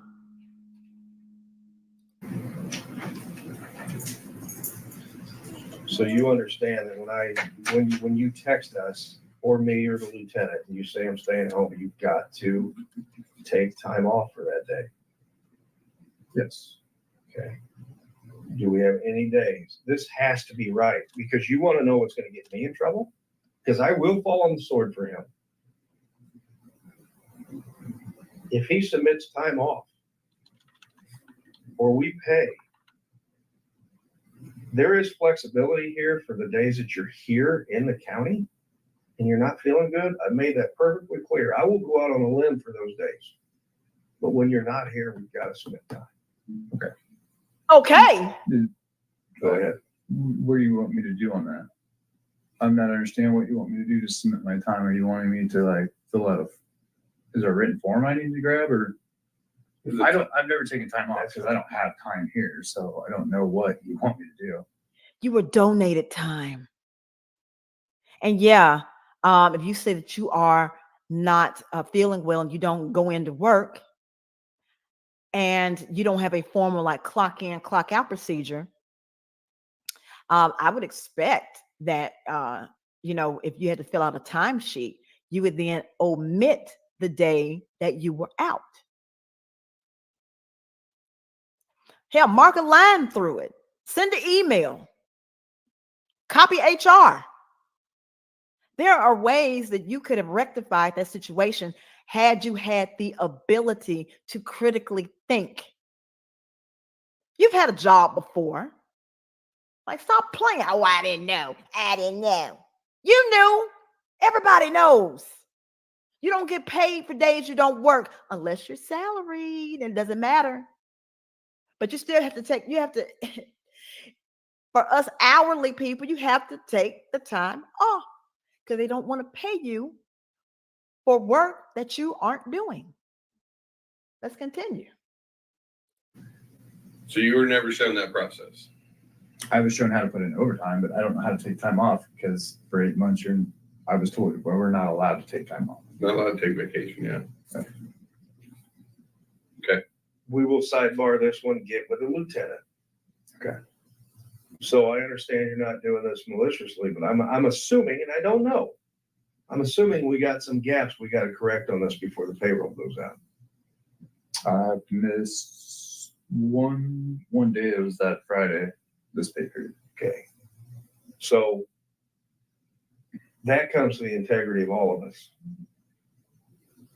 We've got to submit time for days that you aren't here. When you're here and you're not feeling good, Lieutenant and I'll fall on this. That's your copy. It's going to be your copy. This is the MOU that he's talking about. Thank you for that. I know we kind of talked about it. I shared this with you, but the way I read this, just for clarification as we move into the future of this, you can't use any donated time until your time is used. The way it's written, I'm gonna proceed this way, that the first initial donated time now becomes your time, which means no secondary time can come in until that donated time is now used. And then, see what I'm saying? Yes. So if 4 people donate time, you're only gonna get one person's time at a time. Right. Okay. Brother, we're working hard to help you on this. You ever heard the saying, don't look a gift horse in the mouth? Maybe when I was little. Yeah. It's kind of an old statement, that's for sure. You're killing me. Yeah, do you have any idea what that means? Don't take advantage of those that are giving things to you. And this Basically. agency is giving and giving. And it's got to be a two-way street. And learning policy and learning decorum, which you should already know, knock shit off. So, since Deputy Sean Grayson likes to pull up policy, and since you wanted to insert foot in the mouth, you remember discussing, let's pull up policy 901.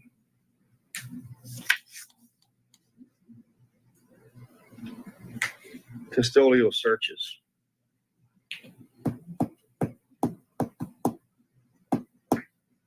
Do you remember the Crystal Ice Hospital shutdown? Yes. Crystal meth? Do you remember admitting to me, along with the other folks after that, that they're not patting down females? 901.3, field and transportation searches.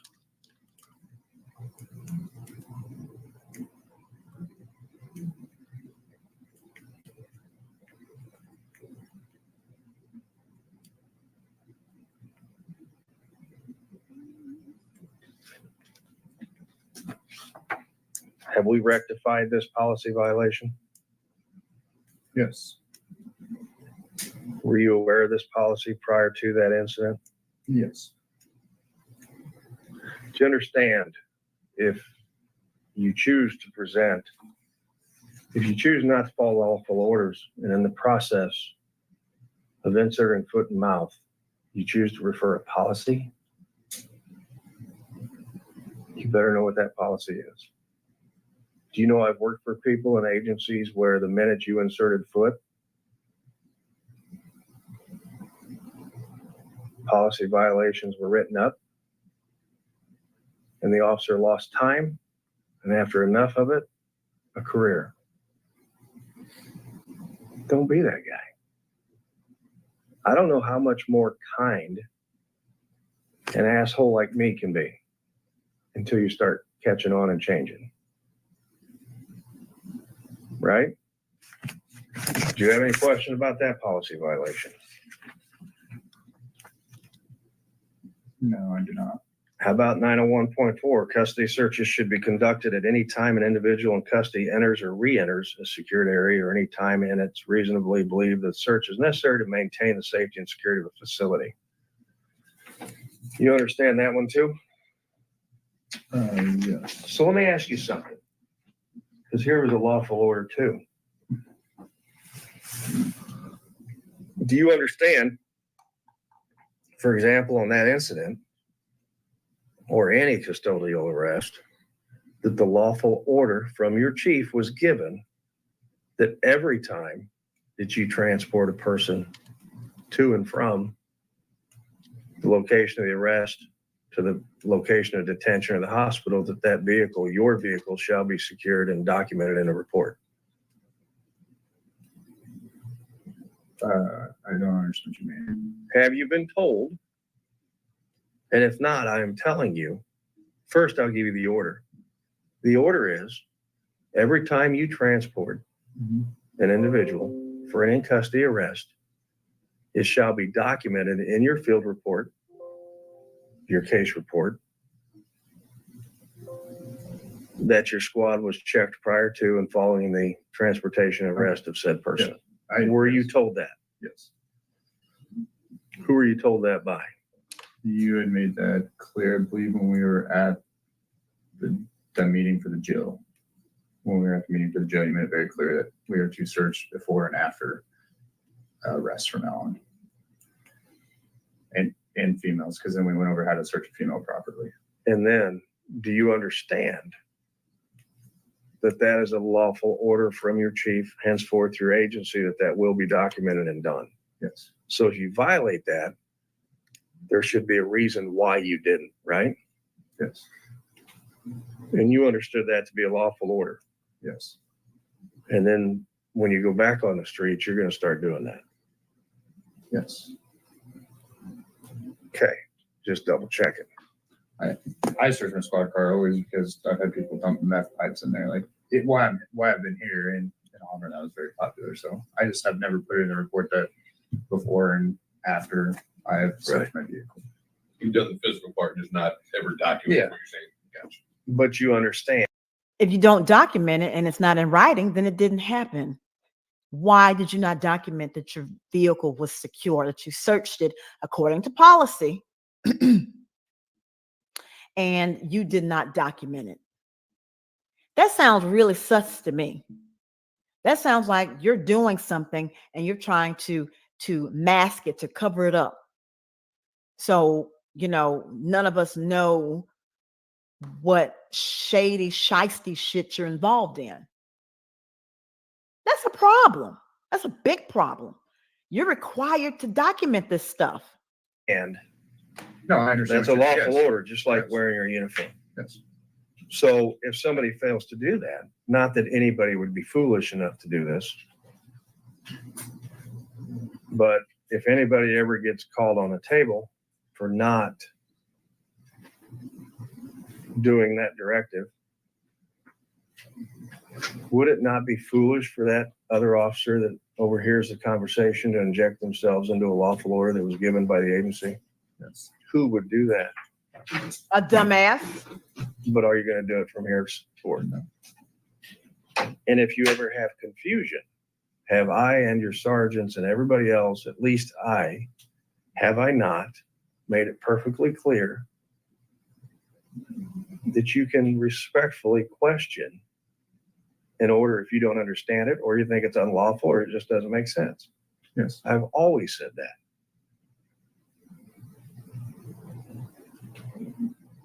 Monday was not your day. And what concerns me, apart from that, is if you can't read the temperature of the room, and I understand you're going through situations and you don't have your patrol line on because you're on light duty, I hope that when you're roadside or at a domestic, you are squared away and you're reading the temperature in the room. Isn't that what happened with Sandra Massey? He did not read the temperature in the room, that she was not a threat to you, and she lost her life anyway. Because I'm not that hard of a person to read, because I don't try to be.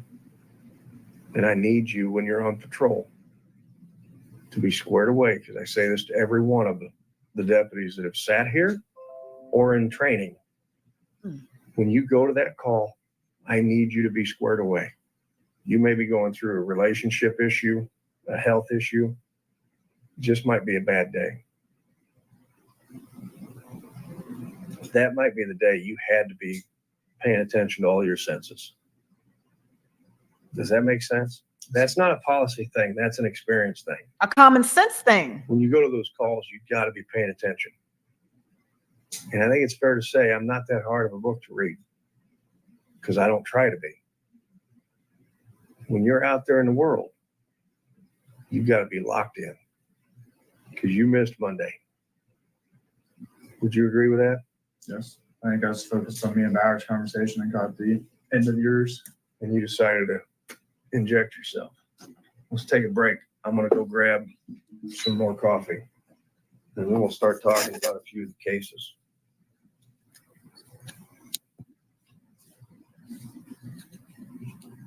You okay? Yeah, just cool. All right, interview starting again on Wednesday, November 9th at 10:11 a.m.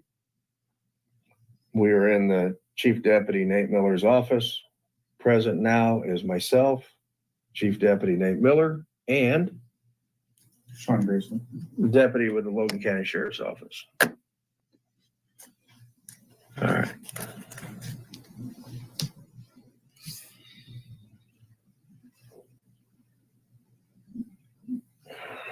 I want to figure out where I want to go on this.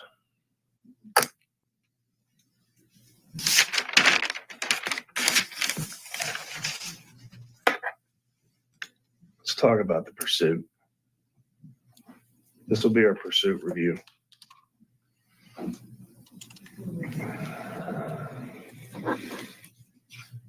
I have here a copy of your report that was printed off today.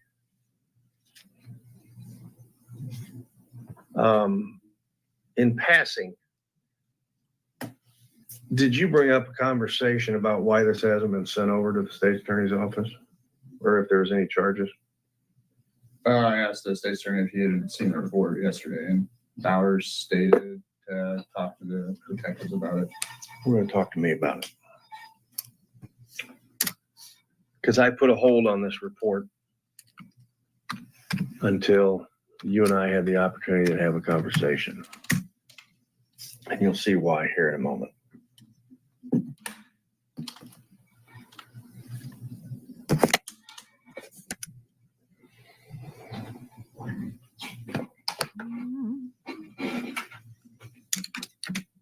Because we need to review it.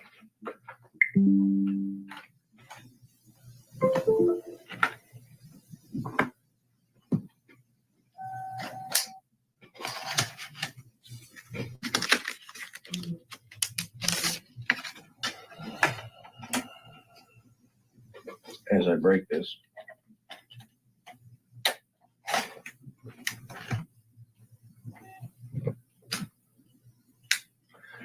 Is your report true and accurate and ready to be submitted? I believe for the most part, yes.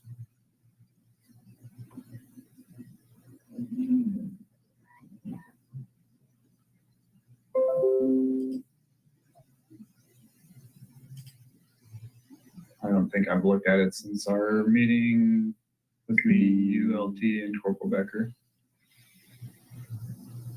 But this is the report that you're prepared to send to the state's attorney? Yes. This is the report I believe I had Becker go over with me after I did all my follow-ups. Are those on, is that on there? Okay. I got the video pulled up. Stop. And what led up to it?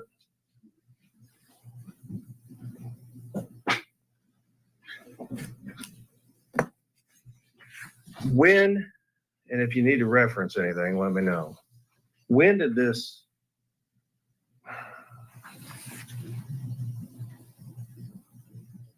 stop became a pursuit? Yeah, it wasn't a traffic stop. Okay, what was it? So I attempted a traffic stop after I lit them up, and then that's when it became a pursuit. I just wouldn't stop.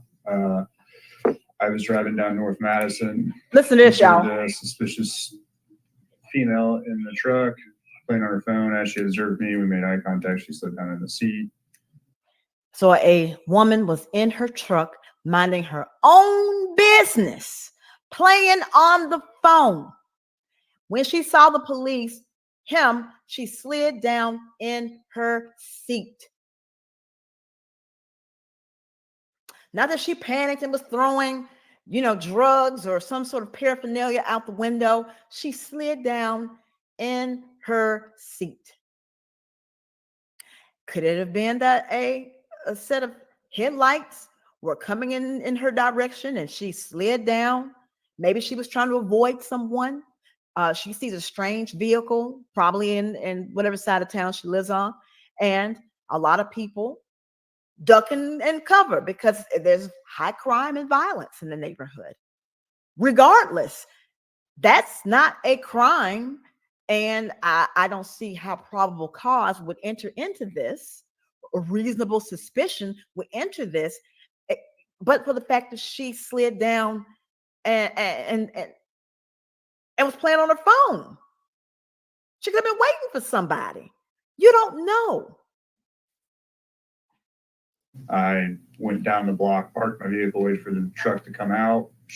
So you, instead of moving on, you went and you parked down the block to wait for this person. You lied and wait for the person to drive off. Moments later, the truck had pulled out, rolled the stop sign. I activated my emergency. There you go. So you was picking on her and watching her, and then she drove off and she rolled the stop sign, which a lot of people do. They don't fully stop. And then that's the pretext that you needed to stop her. Lights. They pulled down the alley, and I attempted to try to catch them up to the alley. Why? When did the pursuit? When do you perceive this as an actual pursuit? I would say after we crossed Woodlawn and went down. I believe Monroe, or it had to be Monroe or Madison. So you were following her with your lights on. How is this not a pursuit at the what am I trying to say? How was that not a pursuit the moment you got behind her and followed her with your lights on? How was that not a pursuit? How did you not perceive that as being a pursuit? Explain this to me. Is when I would consider it a pursuit, I guess, at this point.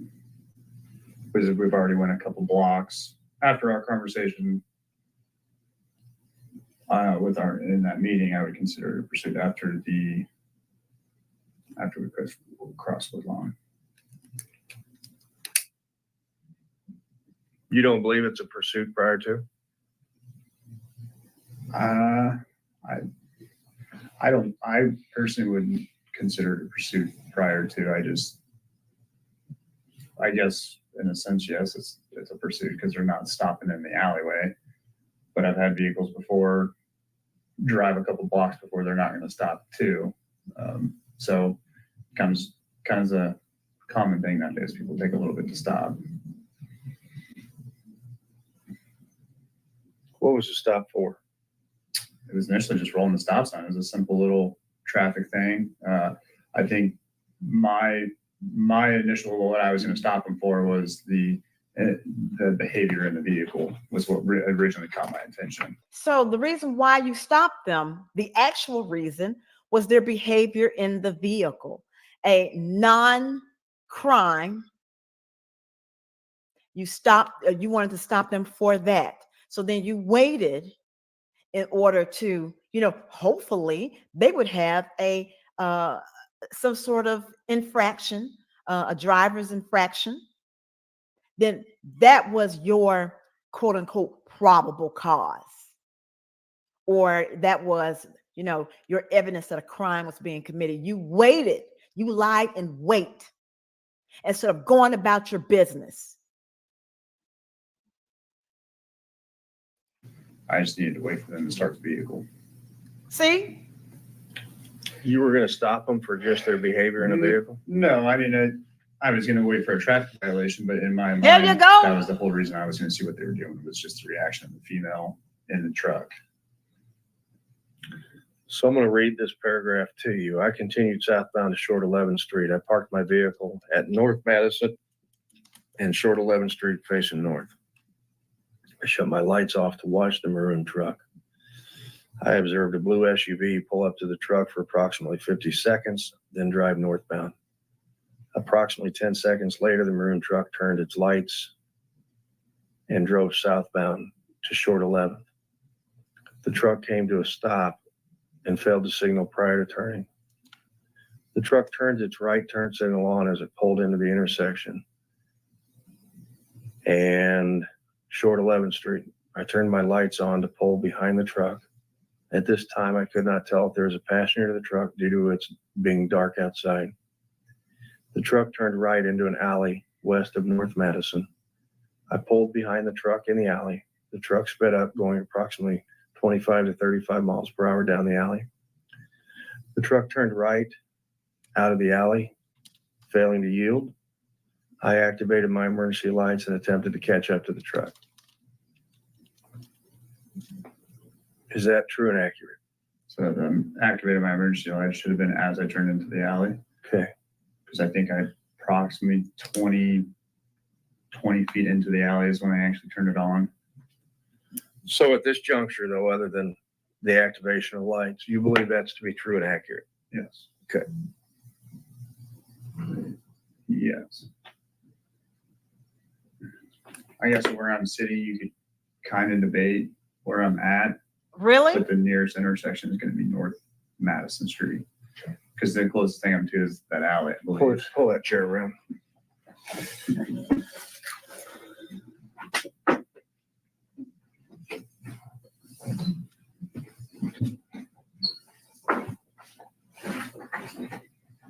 And to your knowledge, this report is true and accurate, because this is what you want to go off of for your warrant, right? And the occurrences of the day. Yes.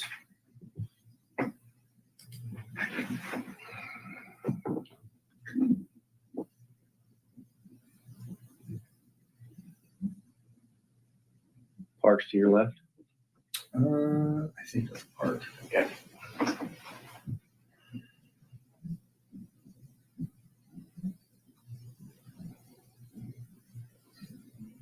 And I might add, I don't see the vehicle. It had already went down the alley. Right.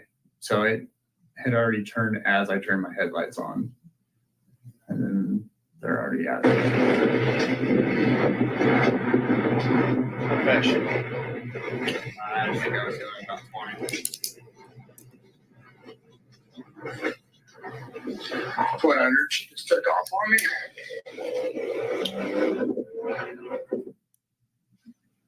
So would you say off of your comment there, the pursuit started? Yes. honestly. Yeah. I From didn't your know. comments you Yeah. took off. Yeah. So we're in a pursuit. 48 seconds in.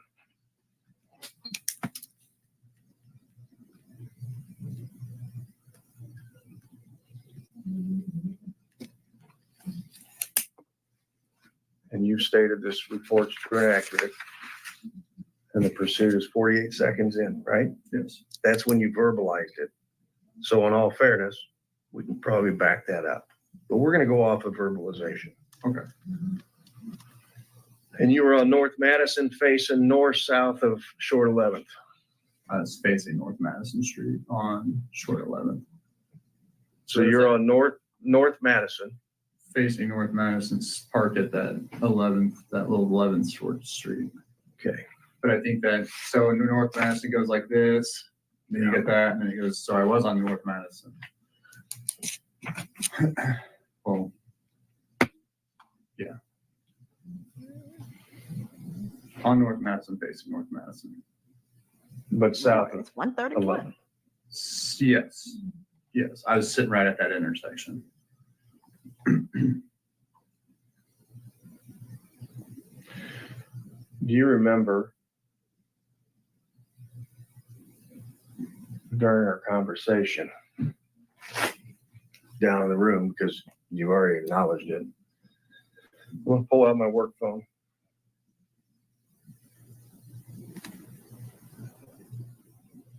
That I asked you to go back and review your reports Yes. for accuracy.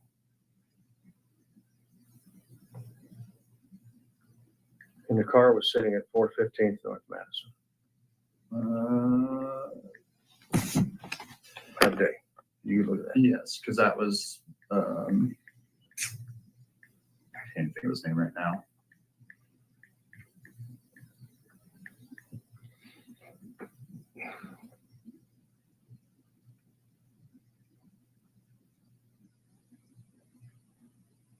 .415 North Madison, right? Yes. That's right. Yes. True and accurate. Yes. And for the recorder, I'm showing a picture on my work phone of the street. So I want you to understand something. You were right here Yes. and you could see what was happening at North Madison. Yes, because I think there's only like a small little bush tree here, but that's all clear because this guy actually gave me footage from his house. So he has cameras that face there. You were on North Monroe Street.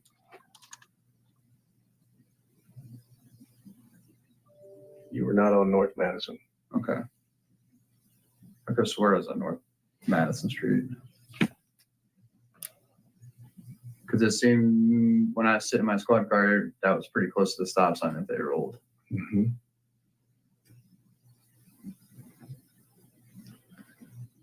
So right there is 11. Right here is the crossroad, Right. and I'm going to show you this. Right.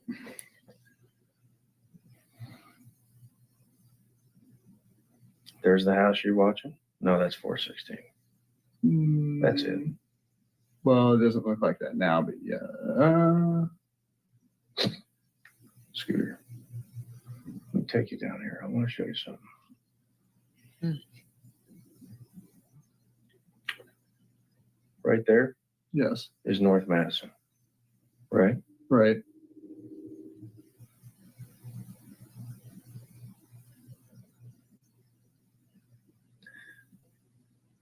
Right here is North Monroe.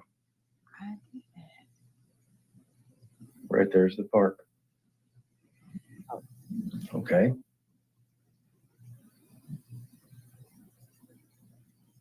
Right here's the garage. So there's your sign.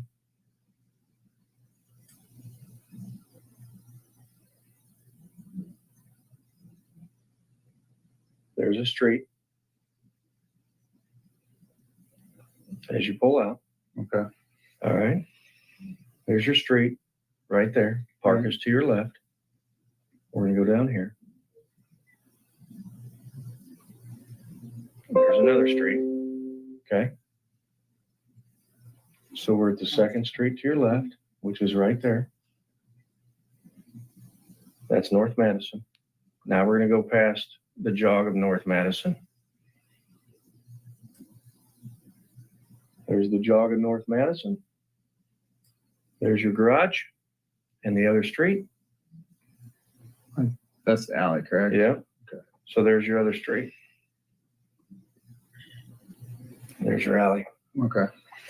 So you were on North Madison, or North Monroe. Now, I could have swore I was on North Madison. when you sit and you talk about North Monroe, Right. can you see 415 Madison Street? Not from back here. No, you can't. And that's the view from North Monroe. And just so we're perfectly clear, you understand you were on North Monroe, south of 11. No, I did, yes. At that night, I thought I was on North Madison. Sean, when I give you direct order to check your reports, and I explain to you how easy it is to become an empty holster, if I allowed this report to go over and you pushed wanting to get a warrant, and you get the warrant, and we had this discussion before, did we not? Yes. Just me asking you those questions, you got a report writing violation for policy. You got an accuracy violation for policy. You got a standard of conduct violation for policy, and we're 48 seconds into this. And if I was an attorney and I allowed this report to go over, an attorney is going to ask you exactly what I just asked you. Do you trust in the fact that you just giglioed yourself? From what you have said, yes. Are you kidding me? So you did not give an accurate report and you tried to get a warrant based on fraudulent information. This is the stuff that folks are talking about when they say to defund the police. Because there is an obvious problem and no one has the will to solve it. We just continue to pour more money into the police department as they get more and more militarized with weapons of war, such as tanks. And there's no issue. No one cares until someone dies, and they care for a moment, and then they move on and they do the same BS every time. There's a fundamental issue with police asserting their authority in reckless ways, which causes severe injury and death.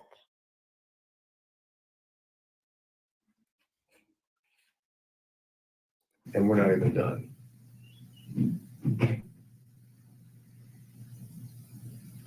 You also violated the pursuit policy already, because the pursuit policy says that your lights and sirens shall be on.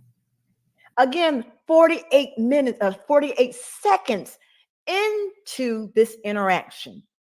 48 seconds. 48, the first 48. And we have a pursuit unnecessarily. 40 seconds in, 48 seconds in.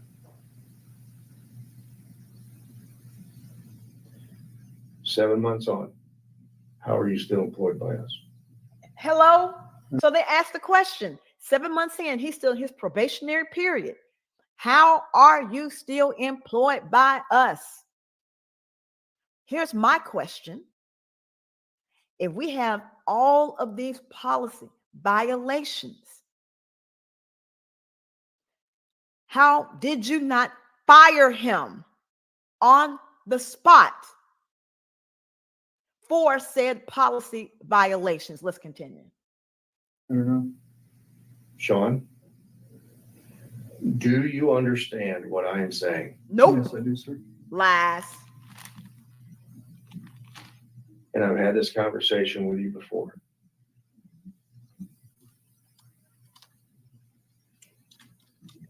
I don't know what your experiences were before. But throwing up your experiences by inserting foot in the mouth, to me, when I already have all this stuff sitting here, is not smart.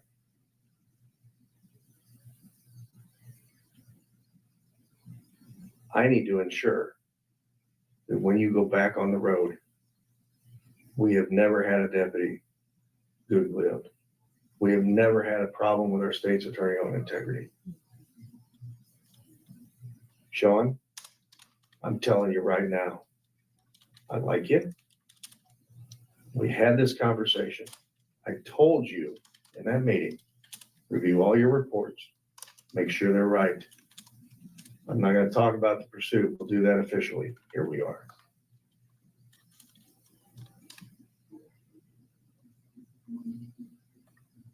I need a response from you on what's going on. This one, I honestly thought I was on North Madison. From having to take a couple of days off, come back. I understand. Like this shows it more in depth as far as like the 2 streets I passed, and I should have picked that up when I was watching my camera that I was a street over than what I said. But in all honesty, from my memory from that night, that is what I recalled. Sean, I'm going to tell you when we had this conversation before, your memory is failing you. I'm gonna go down a path here, and I can pull up case laws and we can review it some other time. But a lot of officers have been charged and end up in jail because that's what they perceived. Official misconduct will land you in jail. I also know that you've had a lot of cases presented in other jurisdictions that were never prosecuted, correct? Yes, all my cases in Auburn were dropped after I left. All his cases after he left the prior police station, the prior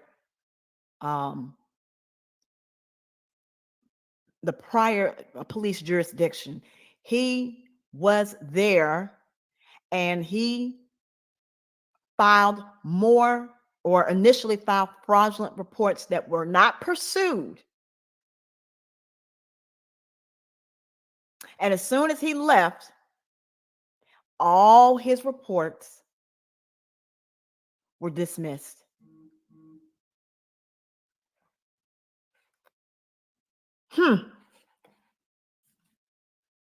Oh, wrong mouse. But even prior to that, there was some agitation because cases were not prosecuted. Yes, there was 2. Sean, I'm gonna have a hard, straight up conversation with you right now. I have a strong feeling I know why they were dropped. A good state's attorney protects laws, protects bad case law. And I don't want you to take offense to this. They dropped your cases because of what I'm looking at right here.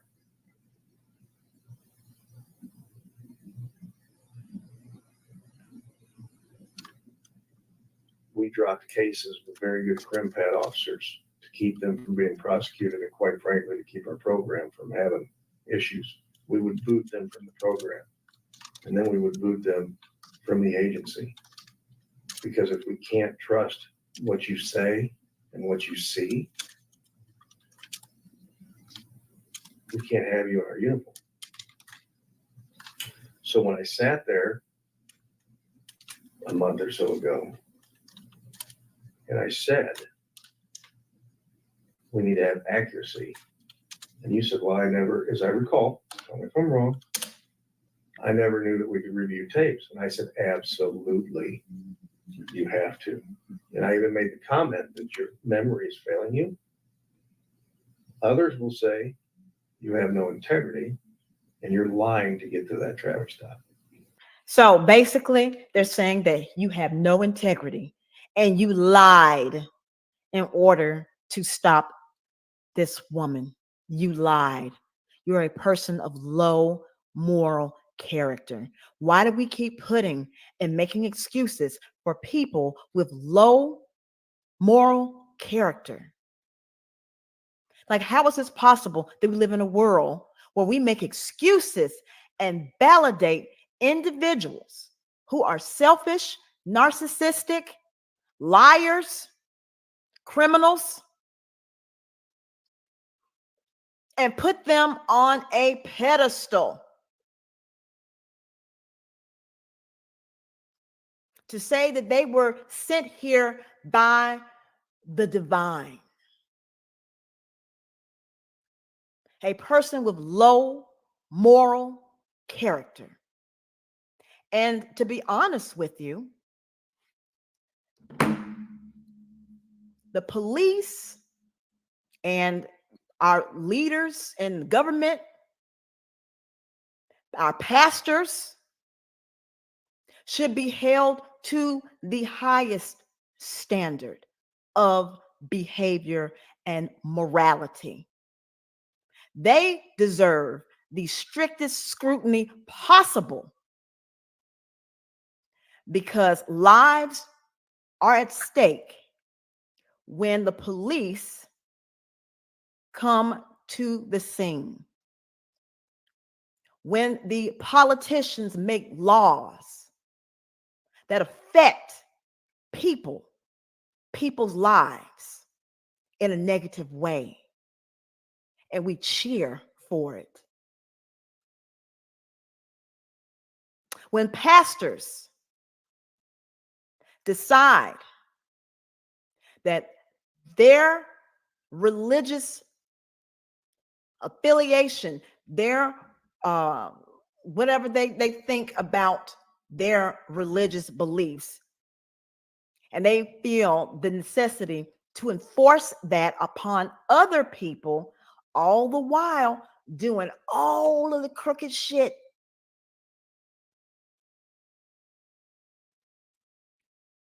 in the world, and they have no accountability for it. They steal, they lie and attack people, incite violence. And we do not hold them accountable. We give them a pass and laugh and join in. And they join in on this.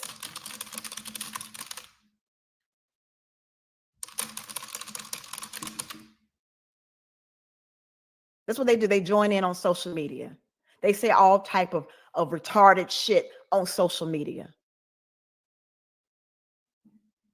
And please know when I use the word retarded, I am not referencing a person with a learning disability or a mental disability. Okay? I would never use that term for a neurodivergent person or a person suffering autism or some other mental developmental issue, as some people like to do in our media and in government. When I say retarded shit, I'm talking about this type of shit. So I just want to give the proper context so people don't think that I'm trying to be ableist or anything. I'm just saying that these people are doing this repugnant, retarded shit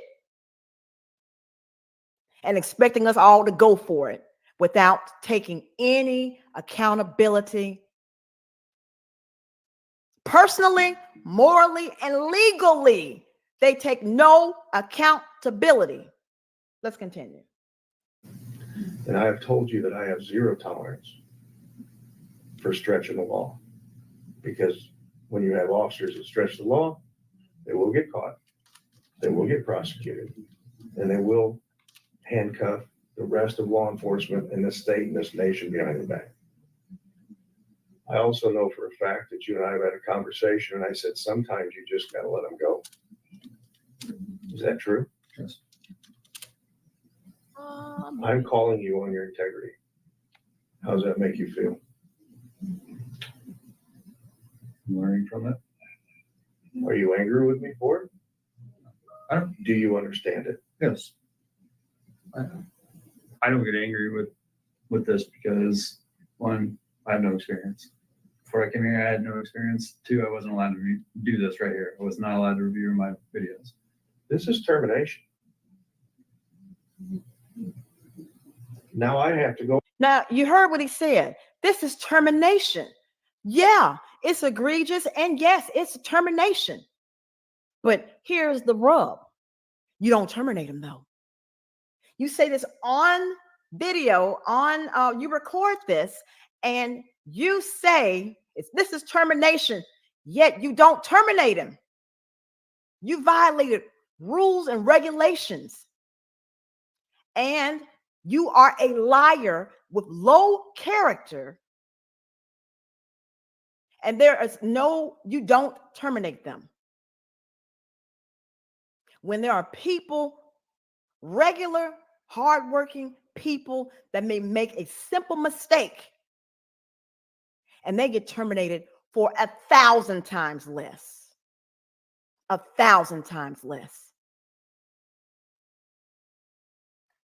Again, DEI hire is this. Over here, if I choose to, because it's full disclosure. He and I don't keep secrets. We can't. This is an agency that represents the constitutions and policies. Forget the policies, it's the Constitution. Lawful stops. Integrity. I'm getting goosebumps. This is extremely concerning. Everybody likes you. But bitch, not concerned enough to rectify the situation by terminating him and getting a crooked cop off the streets. It was that severe, but not severe enough. I got to be able to trust you.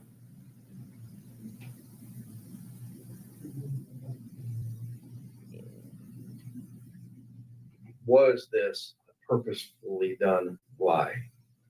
No, I full 100. I still believed I was on North Madison until you just pulled up Google Maps and showed me in the daytime. This is going to get deeper because you're going to have a hard time answering some questions here real quick. Okay.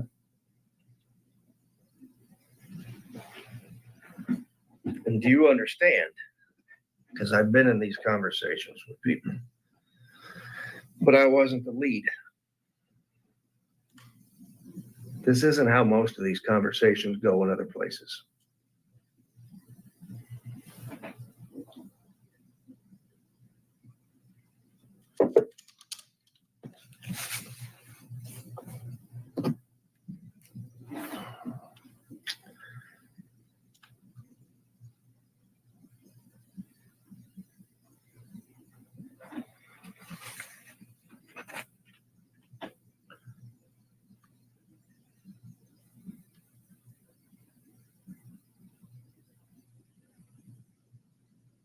I observed a blue SUV pull up to the truck in approximately 15 seconds and drive northbound. Are you telling me? So the SUV was at the truck as right after I passed the truck is when that blue SUV pulled up to it. Here's the house. Here's you. All these houses in between. Correct. So as I was coming to the stop sign on North Madison is when that blue SUV pulled up, because on the footage I got, you see me pass, and then shortly after where the footage that the neighbor showed me diagonal from him. But let me go off of this report. I understand. I continued southbound on Short 11th. I parked my vehicle at North Madison Street and Short 11th, which was North Monroe. Facing northbound, I shut my lights off to watch the maroon truck. I observed a blue SUV pull up to the truck for approximately 15 seconds. Your report from what you just said is 100% inaccurate and cannot happen. You cannot witness what is in this report. Do you agree with that statement? Yes, I do. That is another violation of a lie, misrepresentation of your actions. When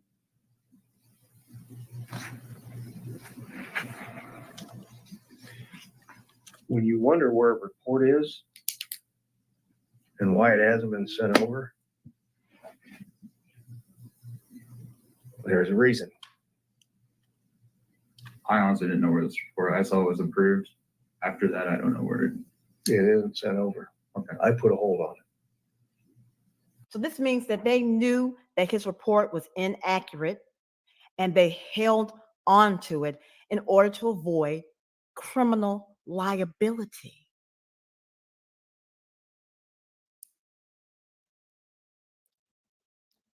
Criminal liability.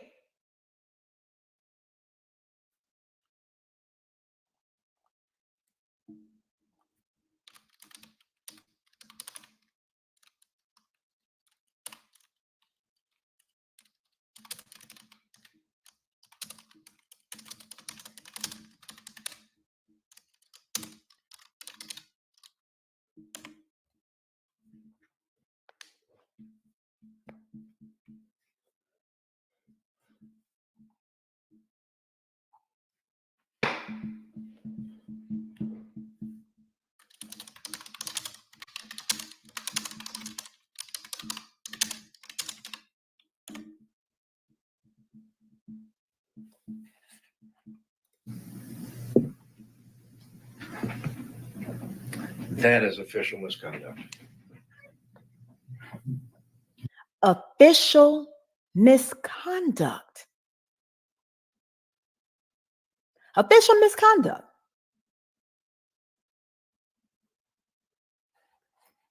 That I promise you.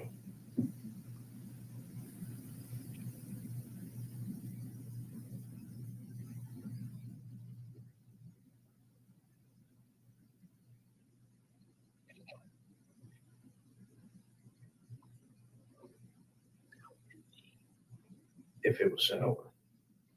Theoretically, I could say it is now.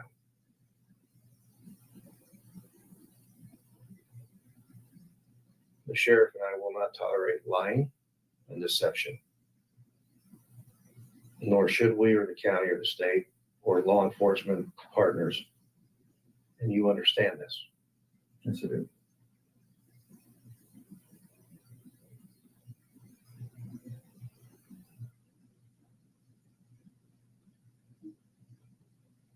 Take a break.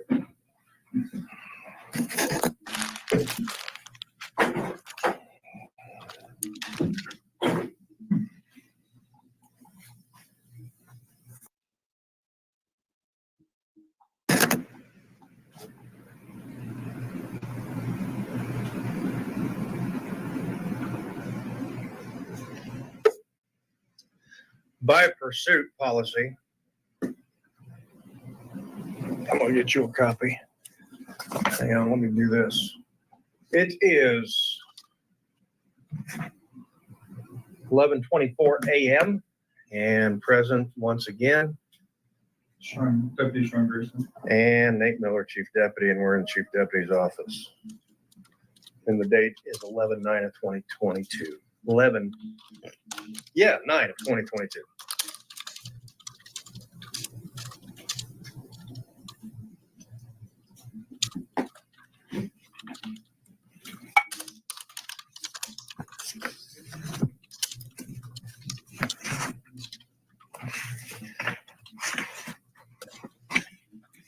Let me find that page here. Vehicle pursuits.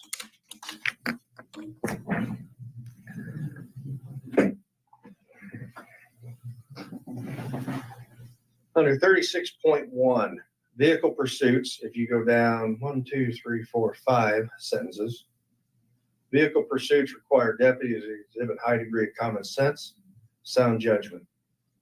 Deputies must not forget that the immediate apprehension of the suspect is generally not important in the safety of the public and the pursuing deputies. Go on down to the third paragraph. Deputies must remember that the most important factor to the successful conclusion of a pursuit are proper self-discipline, sound professional judgment. Deputies conduct during the course of a pursuit must be objectively reasonable.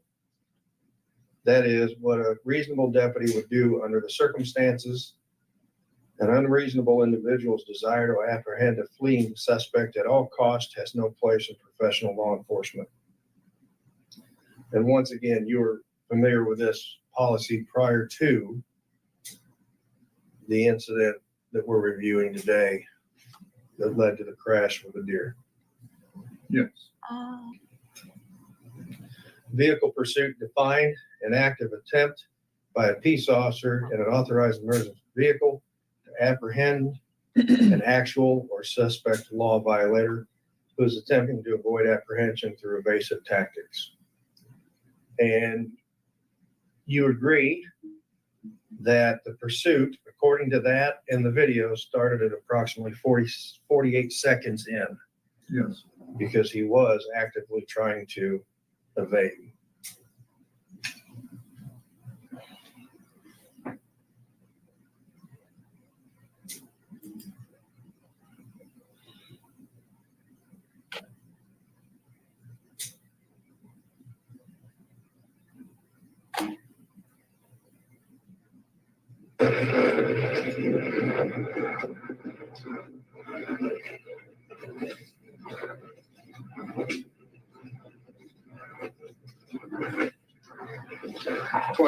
Just took off on me. So it's actually 47 seconds in Oh, 47 seconds. is when you would say it's safe to say is the actual notification to city that you're in a pursuit, right? A reasonable officer, deputy would say that's when the pursuit started. What channel, radio channel, were you communicating with? County. That was on county band? I had 100. I had 100 already started that way. Whenever I had observed her at the beginning, and that's what I was kind of waiting on, just other units to get in the area. So that So that was on Logan County's channel. primary channel. I always stay on our channel. I don't ever switch to Lincoln's because they can hear us too. Mm-hmm. So I don't switch because I need to hear what our guys are doing versus what the city's doing. So 47 seconds in, when you're talking to LPD, that was on our county primary channel. Yes.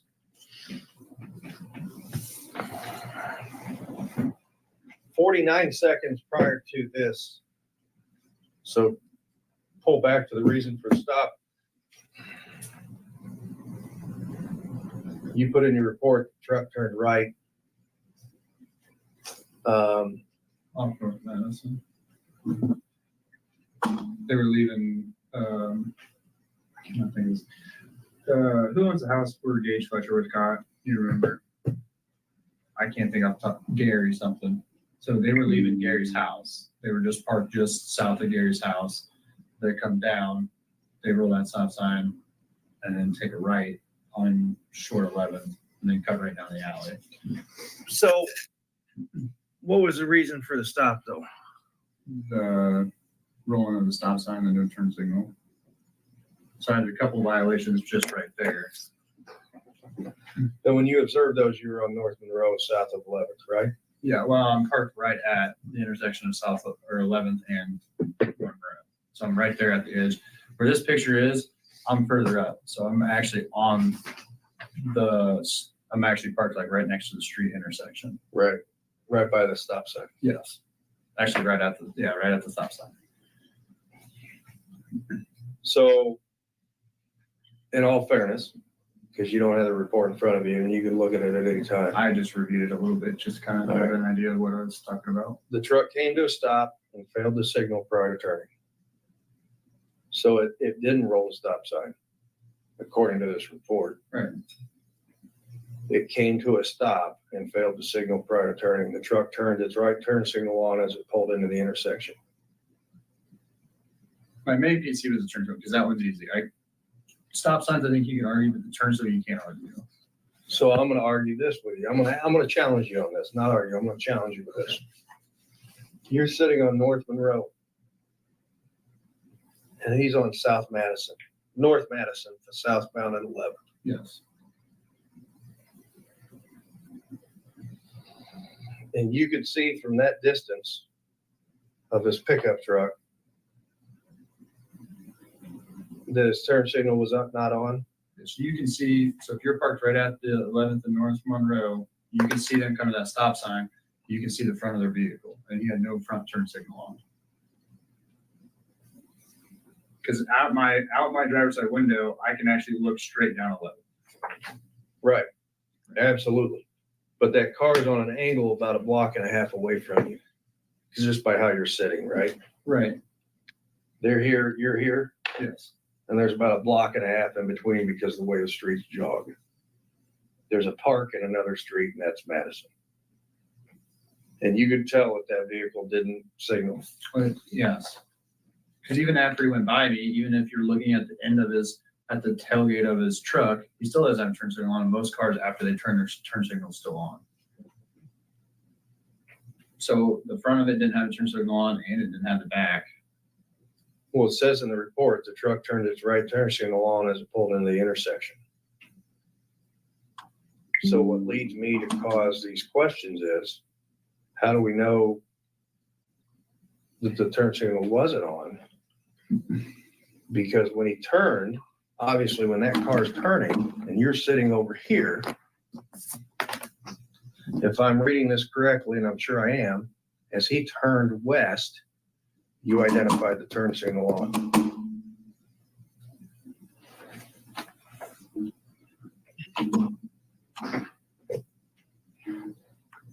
Yes. But as he's turning out, as he's turning out, and as he's doing this is when I start pulling out onto the roadway.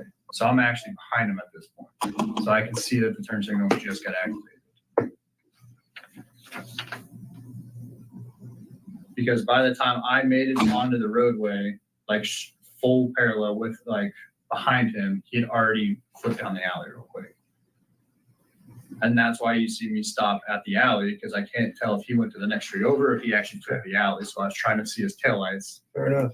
So at the end of it. But you understand the importance of accuracy Yes, I do. on these reports. Take your way, get dirty with trouble. North on Monroe.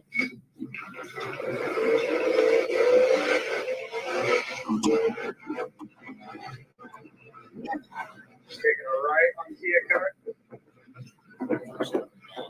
Yep. So in the vehicle pursuit policy, under 306.2 deputy responsibilities, it shall be the policy of this department that a vehicle pursuit shall be conducted only with emergency lights and sirens. So we're actively in a pursuit, and we don't have our lights or sirens activated. However, I think it's fair to point out, your rear lights are still activated. All of my lights are, so when this is the 10, right? So 10 only has, you go first click front lights, second click back lights, third click lights and sirens, versus 9 is a little bit different. Because if you watch the Dalton Guy one, you hear me hitting buttons trying to get my lights and sirens to activate at the same time. This one does it automatically. 10 does. So if you go all the way to the right, it automatically activates. But you understand, in violation of 306.2, the only lights that are activated right now are your rear ones. And it needs to be your lights and sirens, all lights and sirens. Because I thought I had both on, because I should be on click 2. They're coming on here shortly. Okay. But for the pursuit, All lights and sirens. all lights and sirens. So you violated 306.2.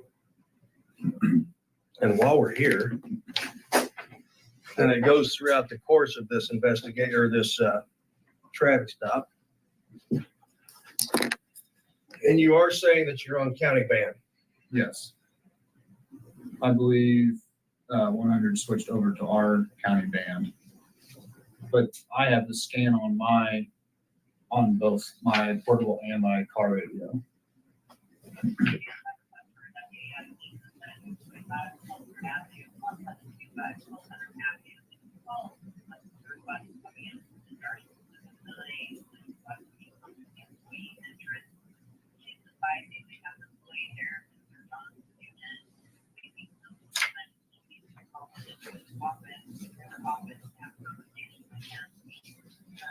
So back on deputy responsibilities.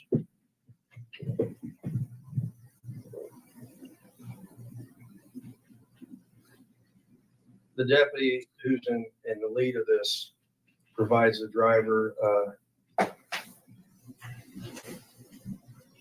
driver of authorized emergency vehicle may proceed past red or stop signs or stoplights, exceed the maximum speed limits, and disregard regulations governing direction of movement or turning in specific directions, provided the driver slows as may be necessary for safe operation and does not endanger life or property. Provided the driver slows as required.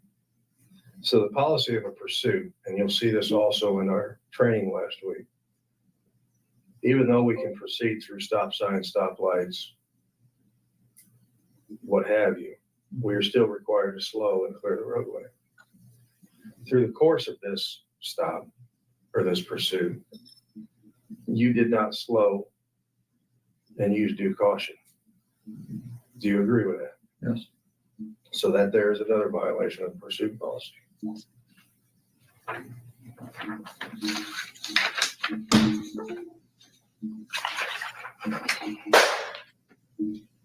To reduce the likelihood of pursuit occurring, a deputy intention to stop the vehicle for any violation of law whenever possible without creating a threat to the public, safety, or deputies, close the distance. You were not afforded that as soon because they initially, 47 seconds in, you knew that they were trying to flee from you. Yes. So did that lead to your conclusion that there's criminal activity afoot? I thought so at the time.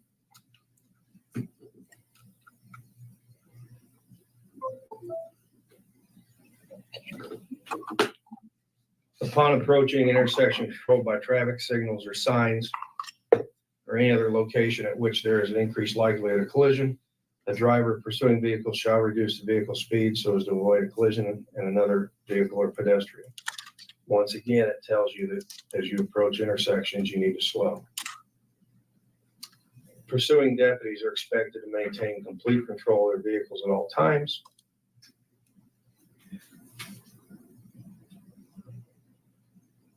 When to initiate a pursuit. I go to B, the importance of protecting the public and balancing the known or reasonable suspect offense and the apparent need for immediate capture against the risk to deputies, innocent motorists, and others. Was there any part of this pursuit in this incident that you can honestly articulate that this was a must apprehend? No, after our last conversation, just wouldn't have done it.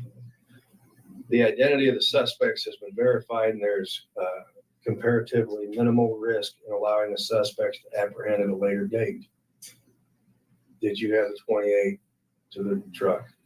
Yes.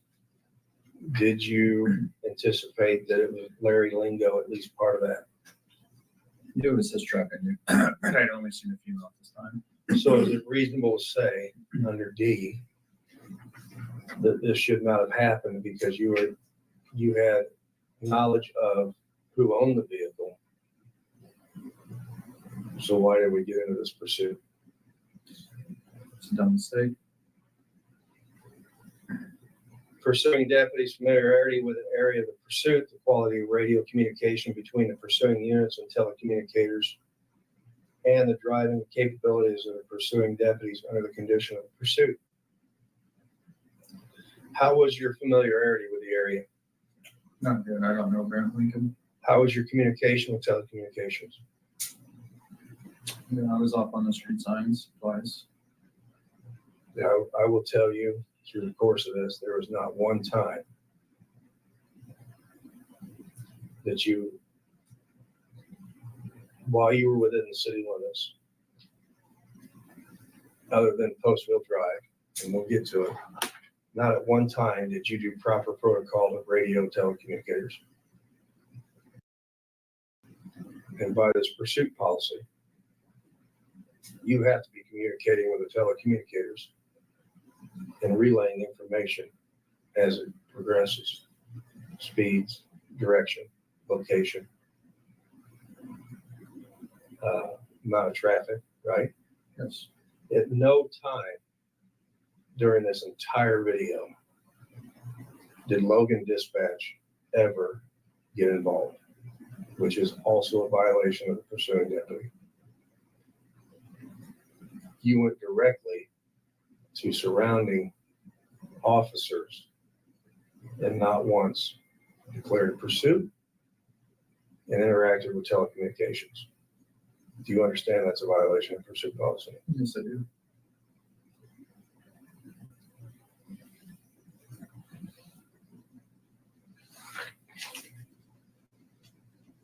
Vehicle speeds, under deputy responsibilities. Vehicle speed, I'm sorry. It's under when to initiate a pursuit.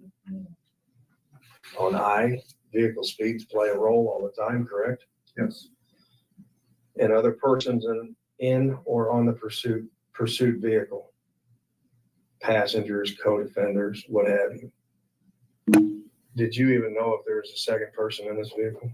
No, I couldn't tell due to the tinted windows. Could you even tell if it was a male or female at this time? The drivers, I knew it was the female. Well, I suspected the female because that's who I had last seen in the vehicle. Okay. Moments before it took off. Can you imagine how scary? Okay. Can you imagine how scary it is to be a female at night driving and the police comes at you and they don't have their lights on properly? Can you imagine? I want you to put yourself in a woman's place. It's no accident that women go out in groups and we walk each other or wait for each other because of creeps in the world who some of them would wish us harm. So we have to be careful and watch each other's back. So you have a female in the car at night. I can probably guarantee you she was trying to get to a well-lit area.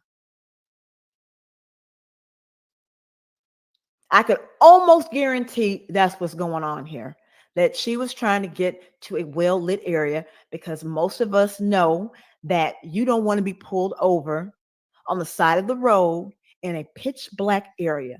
That is dangerous. Anything could happen. Anything.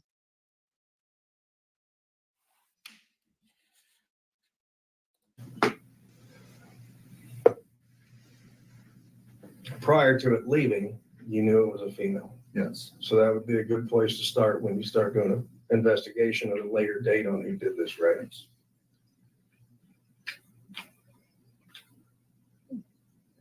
So when to terminate a pursuit? And before we get into this, when we start going through this pursuit policy, should you have even initiated the pursuit on this? If I could go back, I would have just approached the truck as I passed it. I would have hopped out, did a casual encounter, and got what I got out of it. If not, see you later. Or if you pulled out from being dark and they took off? Just keep driving and go the opposite way. You could even, I think we could even go far enough to 48 seconds. I think, do you not 48 seconds in, and I'm asking you honestly, and it depends on your experience and your ability to articulate. 48 seconds in, you made a declaration that they are trying to avoid you for a lawful stop of the signal.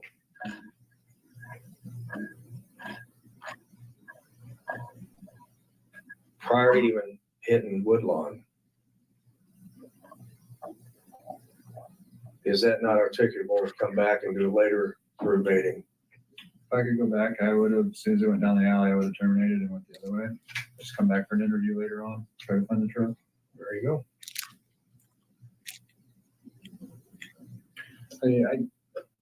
So basically, he escalated the situation where it was unnecessary, completely unnecessary.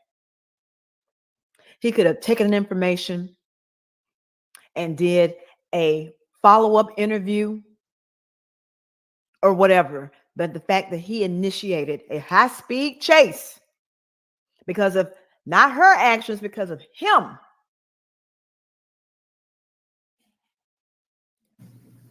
The last meeting we had with me, ULT, Corporal Becker, I mean, that opened my eyes up as far as the whole chasing the rabbit is what you called it at the time.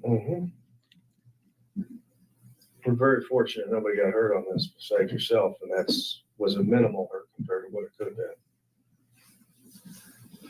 Did you understand the pursuit policy prior to this incident? Yes, I did. Do you have a different appreciation of the pursuit policy now? You mean like an understanding of it? Yes. I had a better understanding once we had that last meeting with me, you and Becker and LT. Did the traffic stop training have anything that enlightened you about policies and I think that conducting business? I think that training answered a lot of questions, and not only that, but opened my eyes up as far as what I was doing wrong on my traffic stops, which we had also discussed at that meeting with me, you, Becker, and LT. So under when to terminate a pursuit, regardless of if you should be here or not at this juncture, which is 1 minute and 7 seconds in. Pursuit should be discontinued whenever the totality of objective circumstances known or which reasonably ought to be known to a deputy or supervisor during a pursuit indicates that the present risk of continuing the pursuit reasonably appears to outweigh the risk resulting from suspect's escape. The factors listed in this previous subsection are expressly included herein and will apply equally to the decisions to discontinue as well as the decision to initiate a pursuit. Deputies and supervisors must objectively and continuously weigh the seriousness of the offense against the potential danger to innocent motorists themselves when electing to continue to pursue. The term terminate shall be construed to mean discontinuing or to stop chasing the fleeing vehicle. Plain language, do you have any questions about that? No, I do not. In the totality of this pursuit,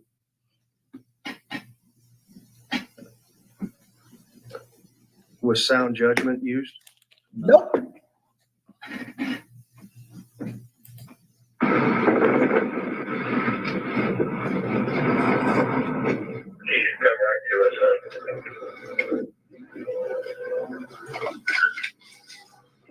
No, stick a left down, I believe, State Street. You do correct it. You're correct. Monroe Street. Going through this, is Woodlawn our busiest thoroughfare within this town? Yes, Arguably. I think that and Lincoln Parkway is. The Monkey and Lincoln Parkway. Up to this point, have you slowed and used due caution entering into these roadways? No. No.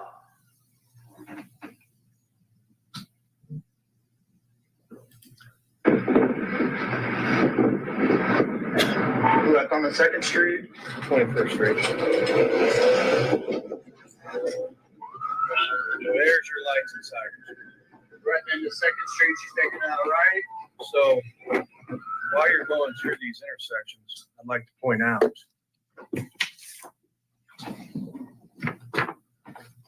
on surface streets, mind you, if you were going approximately 60 to 64 mile an hour religiously through that GPS. It just so happens I pinged on the lieutenant. I had him pull up 63. Is any part of this pursuit on 21st Street, let alone the others, but let's concentrate on 21st Street. Did any one of these intersections get slowed or cleared? No, Are you using due diligence and sound judgment while pursuing this vehicle at 63 miles an hour down a surface street?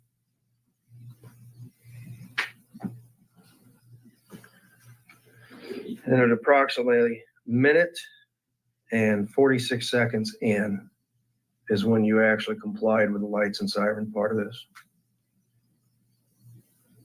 Is it fair to say that you have tunnel vision? I'd say so. I don't really recall the whole event after the wreck, but Are you Who the hell doesn't recall? How do you not recall, officer? How do you not recall? Fake ass Rambo. surprised at this juncture that you're still pursuing this vehicle?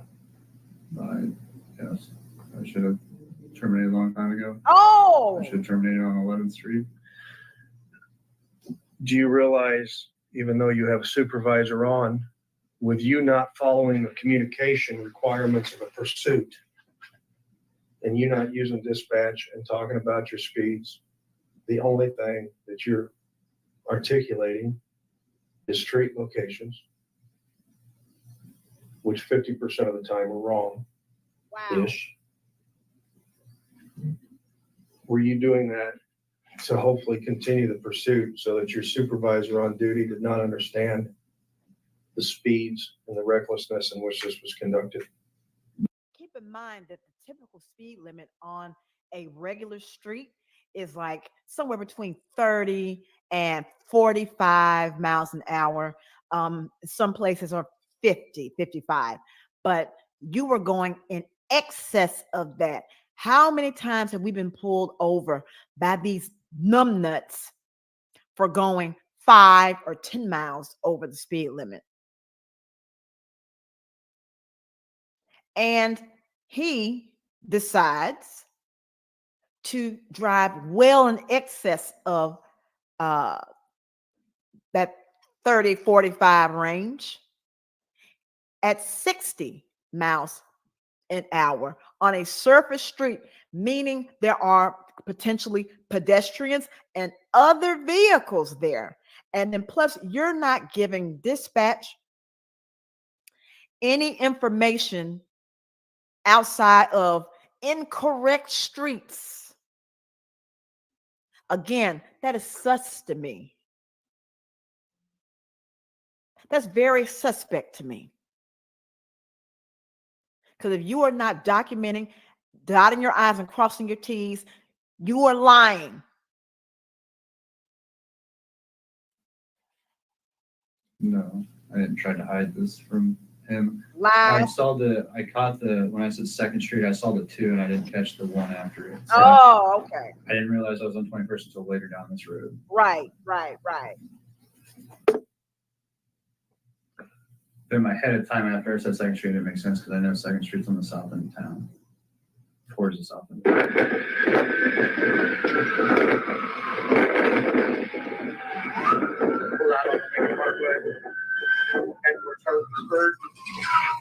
That's the vehicle right here, correct?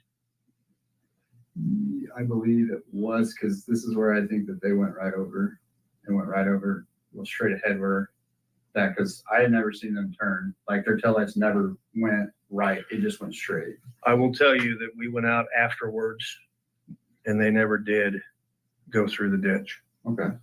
They stayed on the roadway, which I might add, and I'm not going to mention it, I'm not going to ding this. Right. You nearly outdrove this intersection. Just case in point. And that's why I believe that they went straight because So, but I want you to understand they did not. Right. Therefore, they are so far in front of you, there's no way feasible for you to safely apprehend this particular vehicle. No way. Their lights just went out of sight on Old 121 north. Right. And you were still just now, by the grace of God, making that turn on Postville. Right. Because you were out driving the car, or your capabilities are a combination thereof. But you made the turn. Is that a fair assessment? Yes, sir. Go ahead.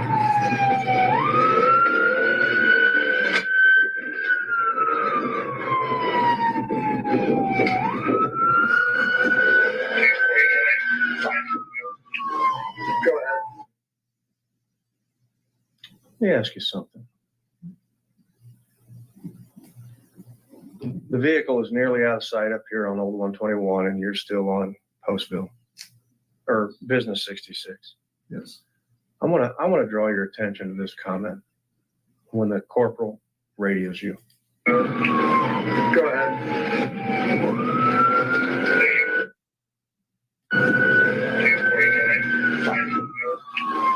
Go ahead.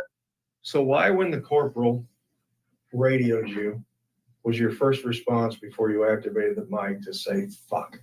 Because I realized they went that way and I was on Lincoln Parkway going that way. So I missed that intersection where they could have went. I submit to you the idea that he said fuck because his supervisor radioed him and you were doing something that he wasn't supposed to be doing. He was pursuing a person recklessly. And you didn't want anyone to know. So now that the cat's away, the mice will play. So now the cat has came back. And you're just like, shit. I'm doing something I ain't got no business doing. And I'm caught. And took that little turn. So it was not, and I want to be perfectly clear here, it was not because you knew the corporal was probably going to have you terminate the pursuit. No, I'm Lie. So at this, I see them over here, and that's when I said fuck. I'm like, fuck, they fucking went down. They went that little intersection right here and kept going down. But in all fairness, it's not right here, it's way up there. Correct. And so after I turned here, I see where I missed my turn to go down Old 121. Okay. That's why I'm saying fuck. I'm not. All right. But you didn't articulate that you went down the wrong street. That would be the prime time to articulate that to someone that, oh, I went down the wrong street. They turned on this street, they turned on 5th Avenue, and I turned on 3rd. I didn't even hear Becker over my sirens in this. I had to turn my radio up. You'll hear my radio go way up here in a second. Whatever.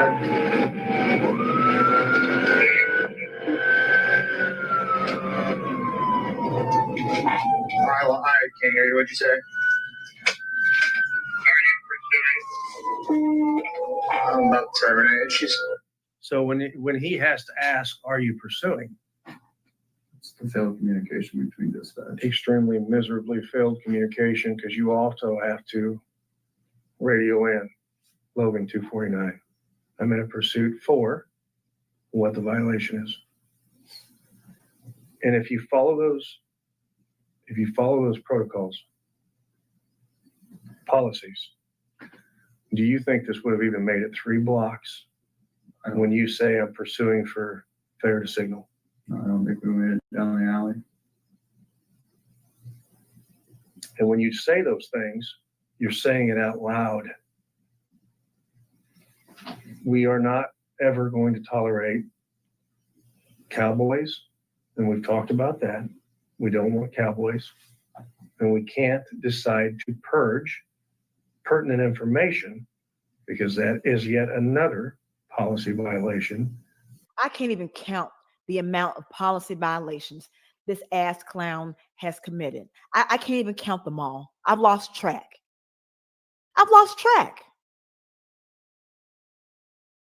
To get the results you want. We're perfectly clear. Yes, sir. If you followed the policy, we would not be here today. And we would not have you would not have gone 3 blocks on this. And Sandra Massey would be alive had you, Sarge, detective, or whatever your title is, had you had the will to get this driftwood off of the force, because he is unfit. he does not have the temperament to hold this position of trust to protect and serve the community. This idiot abused his power. And that's like the main issue with the police. They are such spoiled babies, the bad ones. Let me rephrase. So the bad ones are such spoiled babies, and they demand respect without giving respect. And they come on these scenes talking crazy and trying to antagonize in order to have the person act a certain way. And once they act that certain way, they ratchet it up to 10. They call for backup. They go on high-speed chases, and they take the violence to a unreasonable level. Whereas they could have just talked to someone, they start with this nastiness and flippant attitude, and they want to arrest someone for exercising their free speech. If someone flips the police off, instead of the police ignoring it like they require us to do, instead of them ignoring it, that's when they turn into Billy Badass and decide that they want to assert their authority. How dare you talk to me that way? How dare this black bitch talk to me this way? How dare this Karen talk to me this way? I'm going to make an example out of you because you don't disrespect my authority. I am judge, jury, and executioner. And once I do some shady shit, I'm going to be protected by internal affairs and the union. Might I add, regular people can't have a union. Amazon won't let you have a union. Starbucks won't let you have a union, but these motherfuckers do. From the alley. Do you understand and agree with that? Yes, sir. Flying up 121 right now. I'm gonna try to catch up to her real quick. If she doesn't stop when I get behind her, I'm gonna go ahead and terminate. For traffic, go ahead and terminate anyway. You can proceed up the line or make sure she doesn't crash without light. So they tell him to terminate because it is just a moving violation. That's it. This is probably a $100 or $200 ticket, a fine. That's all. They fail to signal, or they roll the stop sign, which is something that everybody does, whether it was intentional or not. He initiated a high-speed chase, and he was driving faster than necessary because I'm sure she took off, she was going a lower speed than him, which lends me to believe, okay, that she was trying to get to a well-lit or public area, and she went slower as for him not to interpret her continuing to go as running.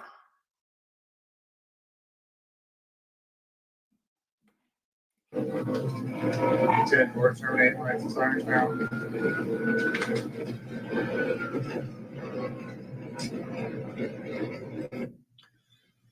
So I want to go back to terminate. Terminate shall be construed to mean discontinue or stop chasing the vehicle. Corporal Becker understands the policy, and I understand his direction without even talking to him about this. You may proceed in the direction to ensure that the vehicle does not crash. By policy and by direction, would a reasonable deputy consider 110 mile an hour terminated? No. Oh shit.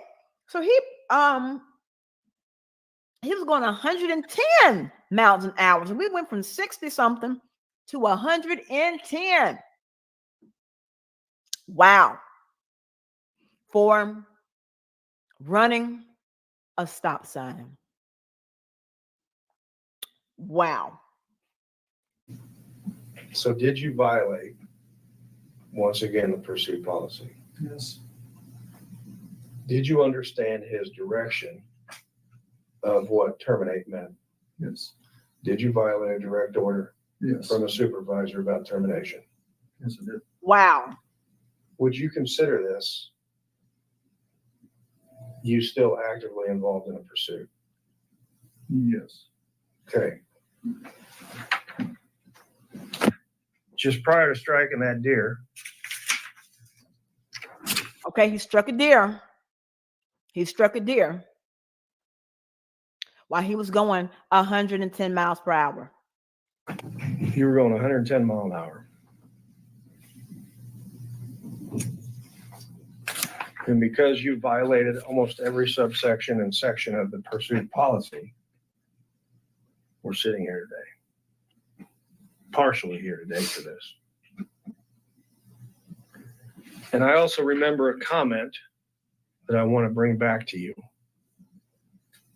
And you said, prior to me seeing the video, and I don't know if you recall this because you were at the hospital, and then also afterwards, that you didn't believe that you violated the pursuit policy. Do you remember that? I remember talking to Becker about it, yes. I don't remember talking to you about a pursuit policy, no. But you understand the policy prior to this. You say you understand the policy prior to this incident. Yes. How can today, in this conversation, all of a sudden enlighten you on 8 pages of something you didn't think you violated when you violated every part of this policy? I think my comment to Becker was, what do you think I violated, or what did I violate on the pursuit policy? And we had a conversation on my vehicle about that, my personal vehicle, So today, what do you think you violated on? What do you know you violated on this policy? everything. Everything. And you mean that? Oh, I do. And Because it is absolutely true and accurate. after our meeting with us, I realized where all I did wrong and where I was going wrong as far as trying to chase vehicles down. So you made it very clear why we don't and why we shall not do it. But you did it anyway. Oh, I want you to understand there may be a day to day that we pursue, but we better be able to be in that policy. And even when you're in the policy, if you kill or hurt somebody, you better be able to justify what you did. And out of this pursuit, we had an individual get hurt that could have been just easily killed. Fair statement with where the strike was at 110 mile an hour hitting a 200-pound animal. And we totaled out of 19 squad car, which really in the scheme of things doesn't matter. You're more important. Our deputies and our public is more important.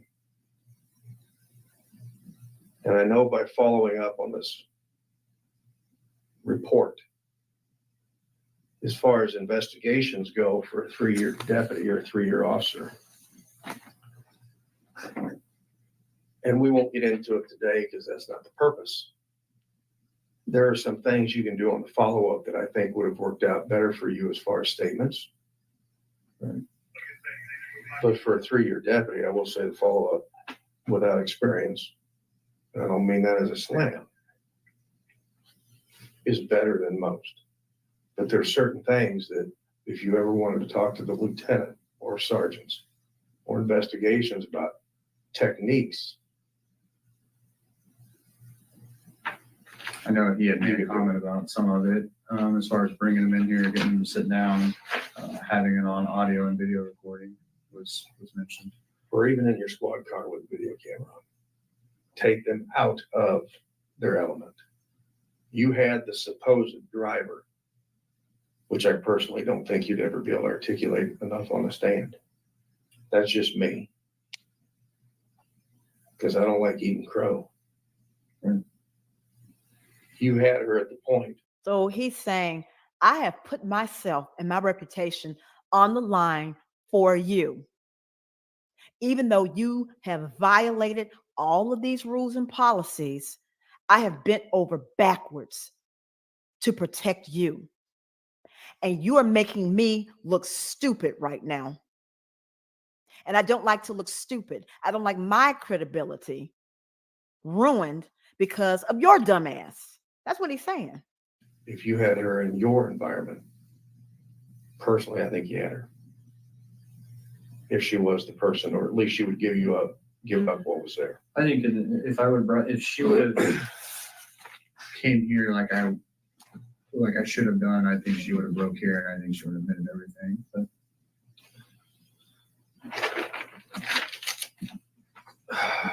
Let's talk about one more case.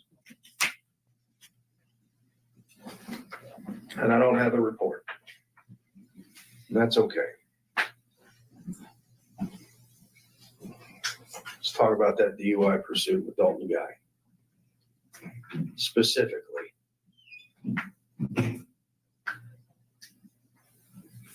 Your interaction and your documentation that got the warrant for his blood and the summer suspension. Under 11501.1C of the vehicle code, it is very specific about the process in which a DUI shall be conducted. And I know you and I had a conversation about the summer suspension and once again, integrity of relaying information correctly. And I know that you've asked other people about the process of a summary suspension. When I or another supervisor tells you this is the order it must be done, I will promise you that it is correct. I'm going to say this. If you ask the lieutenant or myself about the process of a DUI, I will promise you it is true and accurate. You don't need to fish around with other agencies and other people because they're making mistakes every day. We all do. If I don't know the answer and the lieutenant doesn't know the answer, we will find it. You call it state's attorney, filled out paperwork to get this blood draw, and you never read the warning to motorist. Correct. Or the summer suspension. Yes. And because of lack of articulation and what was put on the paper, we had a state's attorney go in front of a judge with bad information.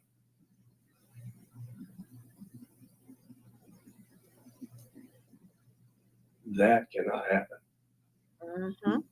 And I assure you our state's attorney is not pleased because his credibility in his office now is on the line. We literally got a warrant for bodily fluids off false information. Off a lie. Call it what it is, a lie. And the reason I say that is when he asked if he refused the test, and by statute, we have to read the packet. It's under 11501.1, A, B, C, D, E, F, G. I think it goes beyond G now. And it's very specific. And actually, there's a case law. I think it's Illinois versus Tomzak Yes. that talks about just reading the wrong paperwork. It has to be accurate. So guaranteed, if he fights it, he won't get the suspension. Yeah, he's already fighting with Tim Timoney. Yeah, he won't. Tim Timoney's a phenomenal person. He's not going to get the suspension. I mean, genuinely, he's a good guy. Right. So you're not going to get the suspension. So, Connie, oh crap! Kate, Damn it! And the vehicle pursuit policy, is that not articulable to come back? Up to this point, have you slowed and used due caution entering at a time after I said Second Street, it makes sense because I know Second Hold on. here today? Partially here today for this. so you made it very clear. Filled out Okay, here we go. That's where I for was. summer suspension. So they had the opportunity then for him submitting a fraudulent documentation in order to get a warrant for a DUI. He submitted fraudulent documentation, which should have been grounds for termination, but he could have got a disciplinary of a suspension, and they didn't give him the suspension. They didn't even bother for a slap on the wrist. But you lied in order to get some charges put on someone and not reading the disclosures.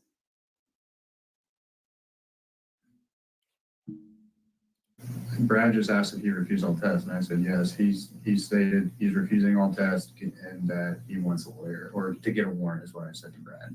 But in order to refuse all tests under 11501.1, You got to read it. it shall. That's where my verbiage comes from. 27 years of reading shall. It shall be read. And you failed to do that. Yes, I did. Did you write the warrant? Or did you observe Brad write the warrant? I wrote the warrant and then had Brad look it over and asked him if he had any questions on it. And on that warrant, did you state that he refused all tests? Come on. I believe I put in there that yes, he refused tests and said to get a warrant. I honestly don't recall. Of course I not. believe I put that in there. Of course If not. you're asking, I'm sure it's in there. Do you understand that is a fraudulent request for a warrant in front of a judge? Because by 11501.1, it shall be read to have a refusal. I didn't know that until today. But do you understand where I'm coming from? I understand everything you're saying about it today. Okay.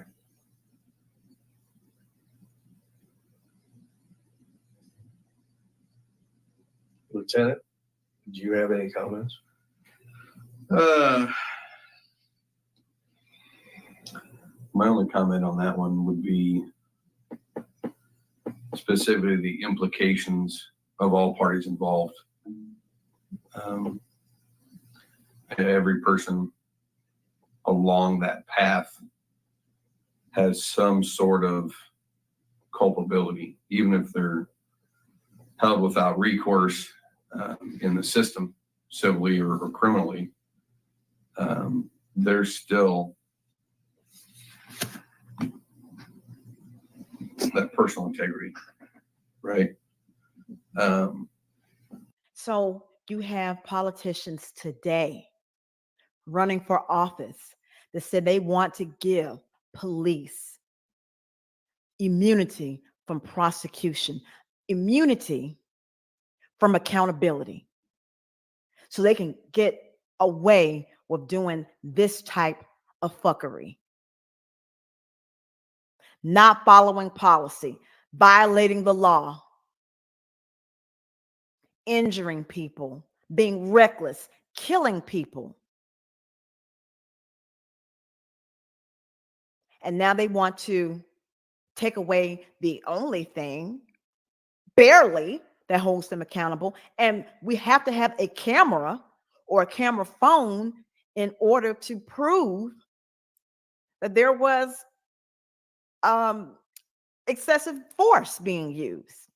We have to depend on camera phones and body cams that the police refuse to release until the story gets too big. Then they got to release it. They want to give full immunity where these numbnuts can do whatever they want to do and they're above the law. And what recourse would someone like you and I have? None. And so they rely on those that are providing them the information.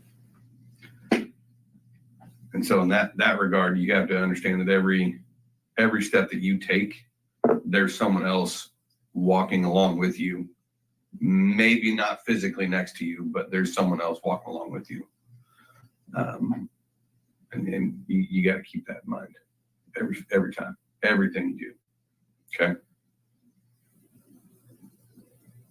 That's it. Do you have anything else for the Overall.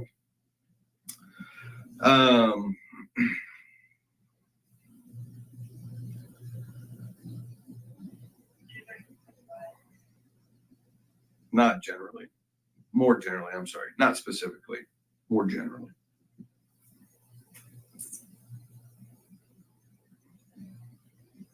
You're a smart guy, for sure. No, Okay. no.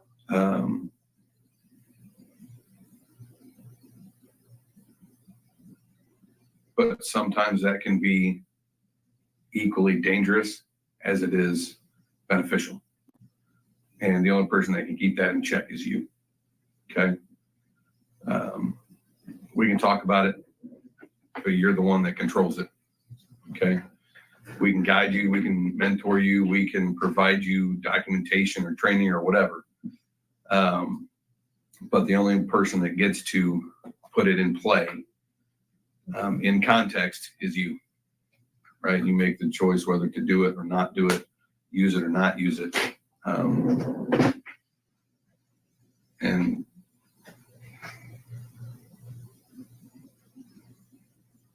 I think you have that ability. I think it's slow to be shown right now, to be honest. Okay. Non-existent. Other than that, I don't think I have anything else to say. You should have said, you're fired. That's what you should have said. You're fired. This goes on your permanent record. You're going to have to find a new career because you are unqualified. You are untrustworthy. That's what should have been said. Oh, I don't have anything else to say. Oh, I don't know what to say.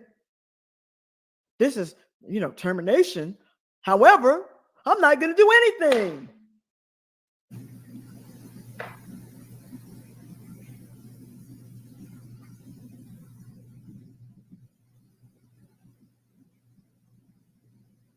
Do you agree, before we conclude this, that there's a mountain of policy violations? So that you can, some, in my opinion, are pretty egregious. Do you agree that myself and the lieutenant and others have had conversations about this prior to its occurrence and tried to do corrective action through conversations with you, directing you toward reports and accuracy? Yes. So he's been doing this and he has had corrective action before. So he has been informed and he knows what he did was wrong, yet he did it anyway and did not give a flying damn about the rules and procedures. Damn the rules. Damn the rules. I'm going to do what the hell I want to do. What is the disconnect from mentoring and guiding and the action? I don't understand. What do you mean? We have in 7 months specifically told you to pay attention to your documentation, your actions, and your policies. Have we not? Yes. Why is it not showing in action from your behalf? On this, on this report here, I think was just the lack of my memory, honestly, because I still thought, even today, I thought I was still in North Madison. I think that I think that's where I'm not. Before we had that meeting with all four of us, I think that's where it was just not referencing my video very well. Google Maps, if I wasn't familiar with the intersections and things like that, and getting the exact location of my position. Just like I had that North Madison and North Monroe. It was the same meeting that we had about with Dalton Guy, that one, and the list of other reports I fixed. But I think that was just it. Comes down to my lack of training on reports, to be honest with you. I've never had anyone sit down. Even at our academy, we don't have report writing. That's not an area we cover. Are you freaking kidding me? Y'all don't discuss reports, a function of your job. Are you kidding me? Are you freaking kidding me? I submit to the idea that you are a liar. Hear me? You are a liar, and you wanted to do what you wanted to do. Now you want to feign ignorance. Well, I didn't know. We didn't discuss reports. Really? Don't you guys go through policy and procedure, laws? Don't y'all go through that in the academy? Don't y'all spend 6 weeks in the academy? So nobody mentioned reports, and you don't have common sense enough to know how to write a report. You don't know how to common sense accurately recount what happened. Are you kidding me? Are you kidding me? But at the sheriff's office, we have repeatedly gone over reports with you, correct, including detectives? Yes. Oh, so they did go over All the way reports back through it up to you. Right. You sit down on a report, writing and go over, and this is how we like it documented, and this is what you got to do to it. Every step that you've been here, right? Yes. Are you reluctant to ask questions because of pride? I don't have a problem with asking questions. I ask Becker questions all the time. I call him a lot, especially after our meeting with us four, and just trying to make my reports better the way you guys want to hear. I asked him a lot. I actually sat down and wrote reports with him while he's at the other side of the table, because I wanted it more what you guys wanted. Well, and I receive that and I appreciate that. But more than what we want, the law demands that your reports are accurate. You will become incarcerated for inaccurate reports. Do you understand that? Yes, I do. Forget about the flow or the style. And I know we talked about this. The law in all of the United States is police officers shall document their reports accurately. Because if not, it's official misconduct and it's lying. And that could potentially position yourself incarcerated and looking for a new profession. where you belong. Do you understand and agree with that? Yes, I do. I want to piggyback on that outside of the law, the profession itself, right, is to stand between the right and the wrong, right, to protect those that can't protect themselves. The pursuit of righteousness with the base word being right in that. So you should want personally, individually, internally to do this job because it's the right thing to do, and do it the right way because it's the right way to do it. It's the right thing to do, regardless of other people's opinions of how you're doing it. You do it the right way all the time because it's the right thing to do. That should be why you want to do this job. Right? Correct? I'm trying my best to do as best as I can.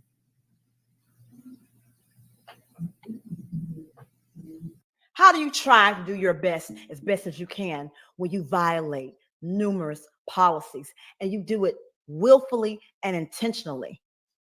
Because you have been told this repeatedly and you still did the same thing. Because you don't care and you want to do what you want to do because you have that privilege to do what you want to do. You feel that you can do whatever it is you want to do by virtue of the badge.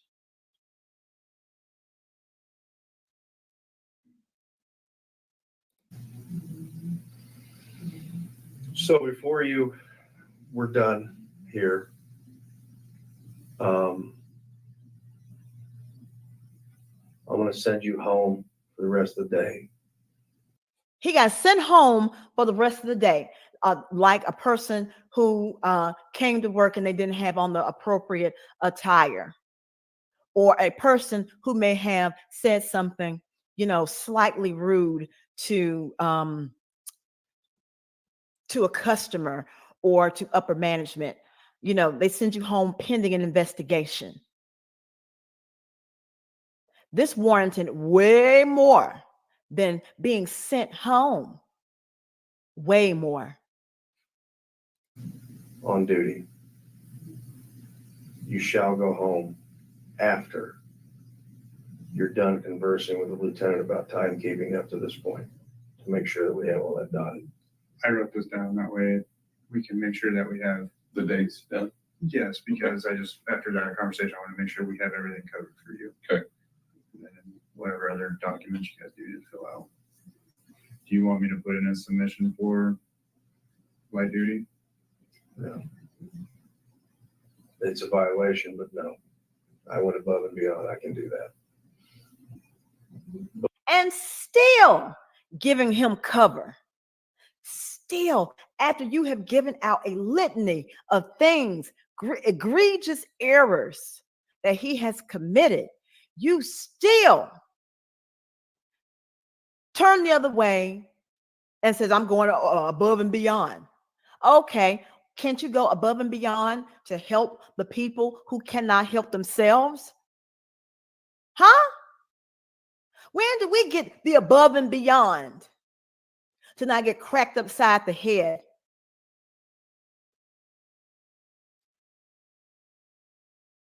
Or strangled or shot multiple times? When do we get that? When can I get the benefit of the doubt? That I can just sit in my car on my phone. Maybe I'm trying to call somebody. Maybe I'm waiting on someone and I'm playing Monopoly Go. When do I get the benefit of the doubt? When do you get the benefit of the doubt? When do you get over and beyond? When? Why are we not able to get the benefit of the doubt? Why are we not able to go have someone, the police, go over and beyond before they pull their gun out and start shooting? But when you're done conversing with the lieutenant, you shall spend the rest of your day at your home on duty. On duty. And we will be reaching out to you. On duty, meaning he's going to be paid.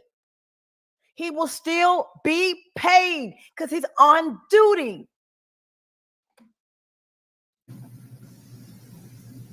In the future. Do you have any other comments or questions? Not at this time. Are you suicidal? Fair enough. This interview is concluded on November 9th at 12:18 p.m.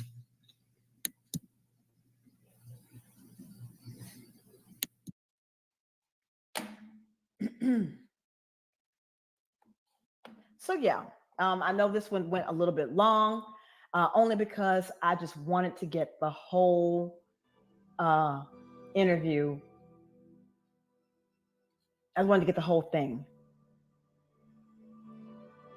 So all I'm here to say is this is unacceptable. None of us should have to deal with this type of maltreatment. And we deserve to be protected. And you knowingly let a person unfit, of low moral character, with no type of compass, moral compass, at period, you allowed him to continue to have a badge. You probably, let him, you chose either you can resign or get fired. And how is that fair? That you have the opportunity to resign. This stuff is not on your permanent record. And then you can go to another agency and continue your fuckery. And then when that doesn't work out, go to another agency. And none of this stuff counts against you as a police officer with the duty to protect those who cannot protect themselves. We have a militarized police, a militarization of the police that is against their own people.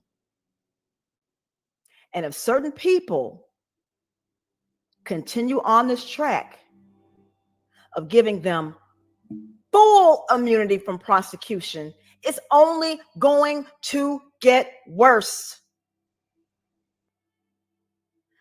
And I think we need to consider these things. And if this does happen in the future,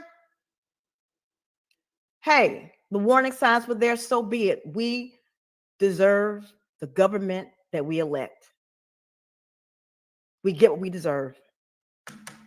I hope that we don't go down that road to where there's no accountability for illegal and egregious behavior by the people who have guns. And apparently a failure of common sense and a lack of adequate training. The complete inability to be a moderating, calming presence when something bad happens. If I am scared, my child, for instance, I don't have one, but if I had a child who's having a psychotic episode and I call the police trying to get them under control because they are violent, they shouldn't be killed.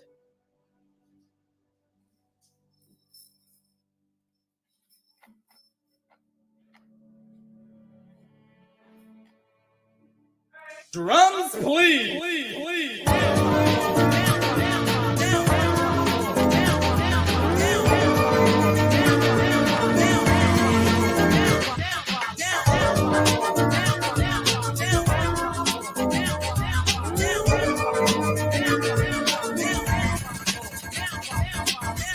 Ladies and gentlemen, we have had a great time tonight. We have truly enjoyed ourselves, and we would like to thank you for being a part of the show and coming to visit this platform.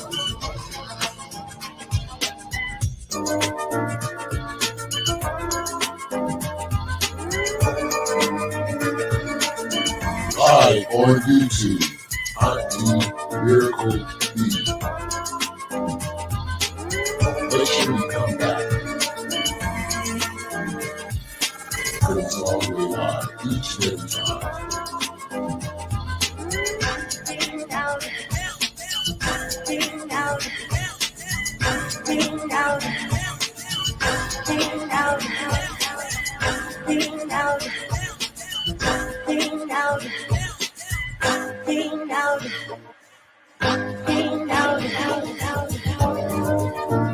Auntie, Miracle, B.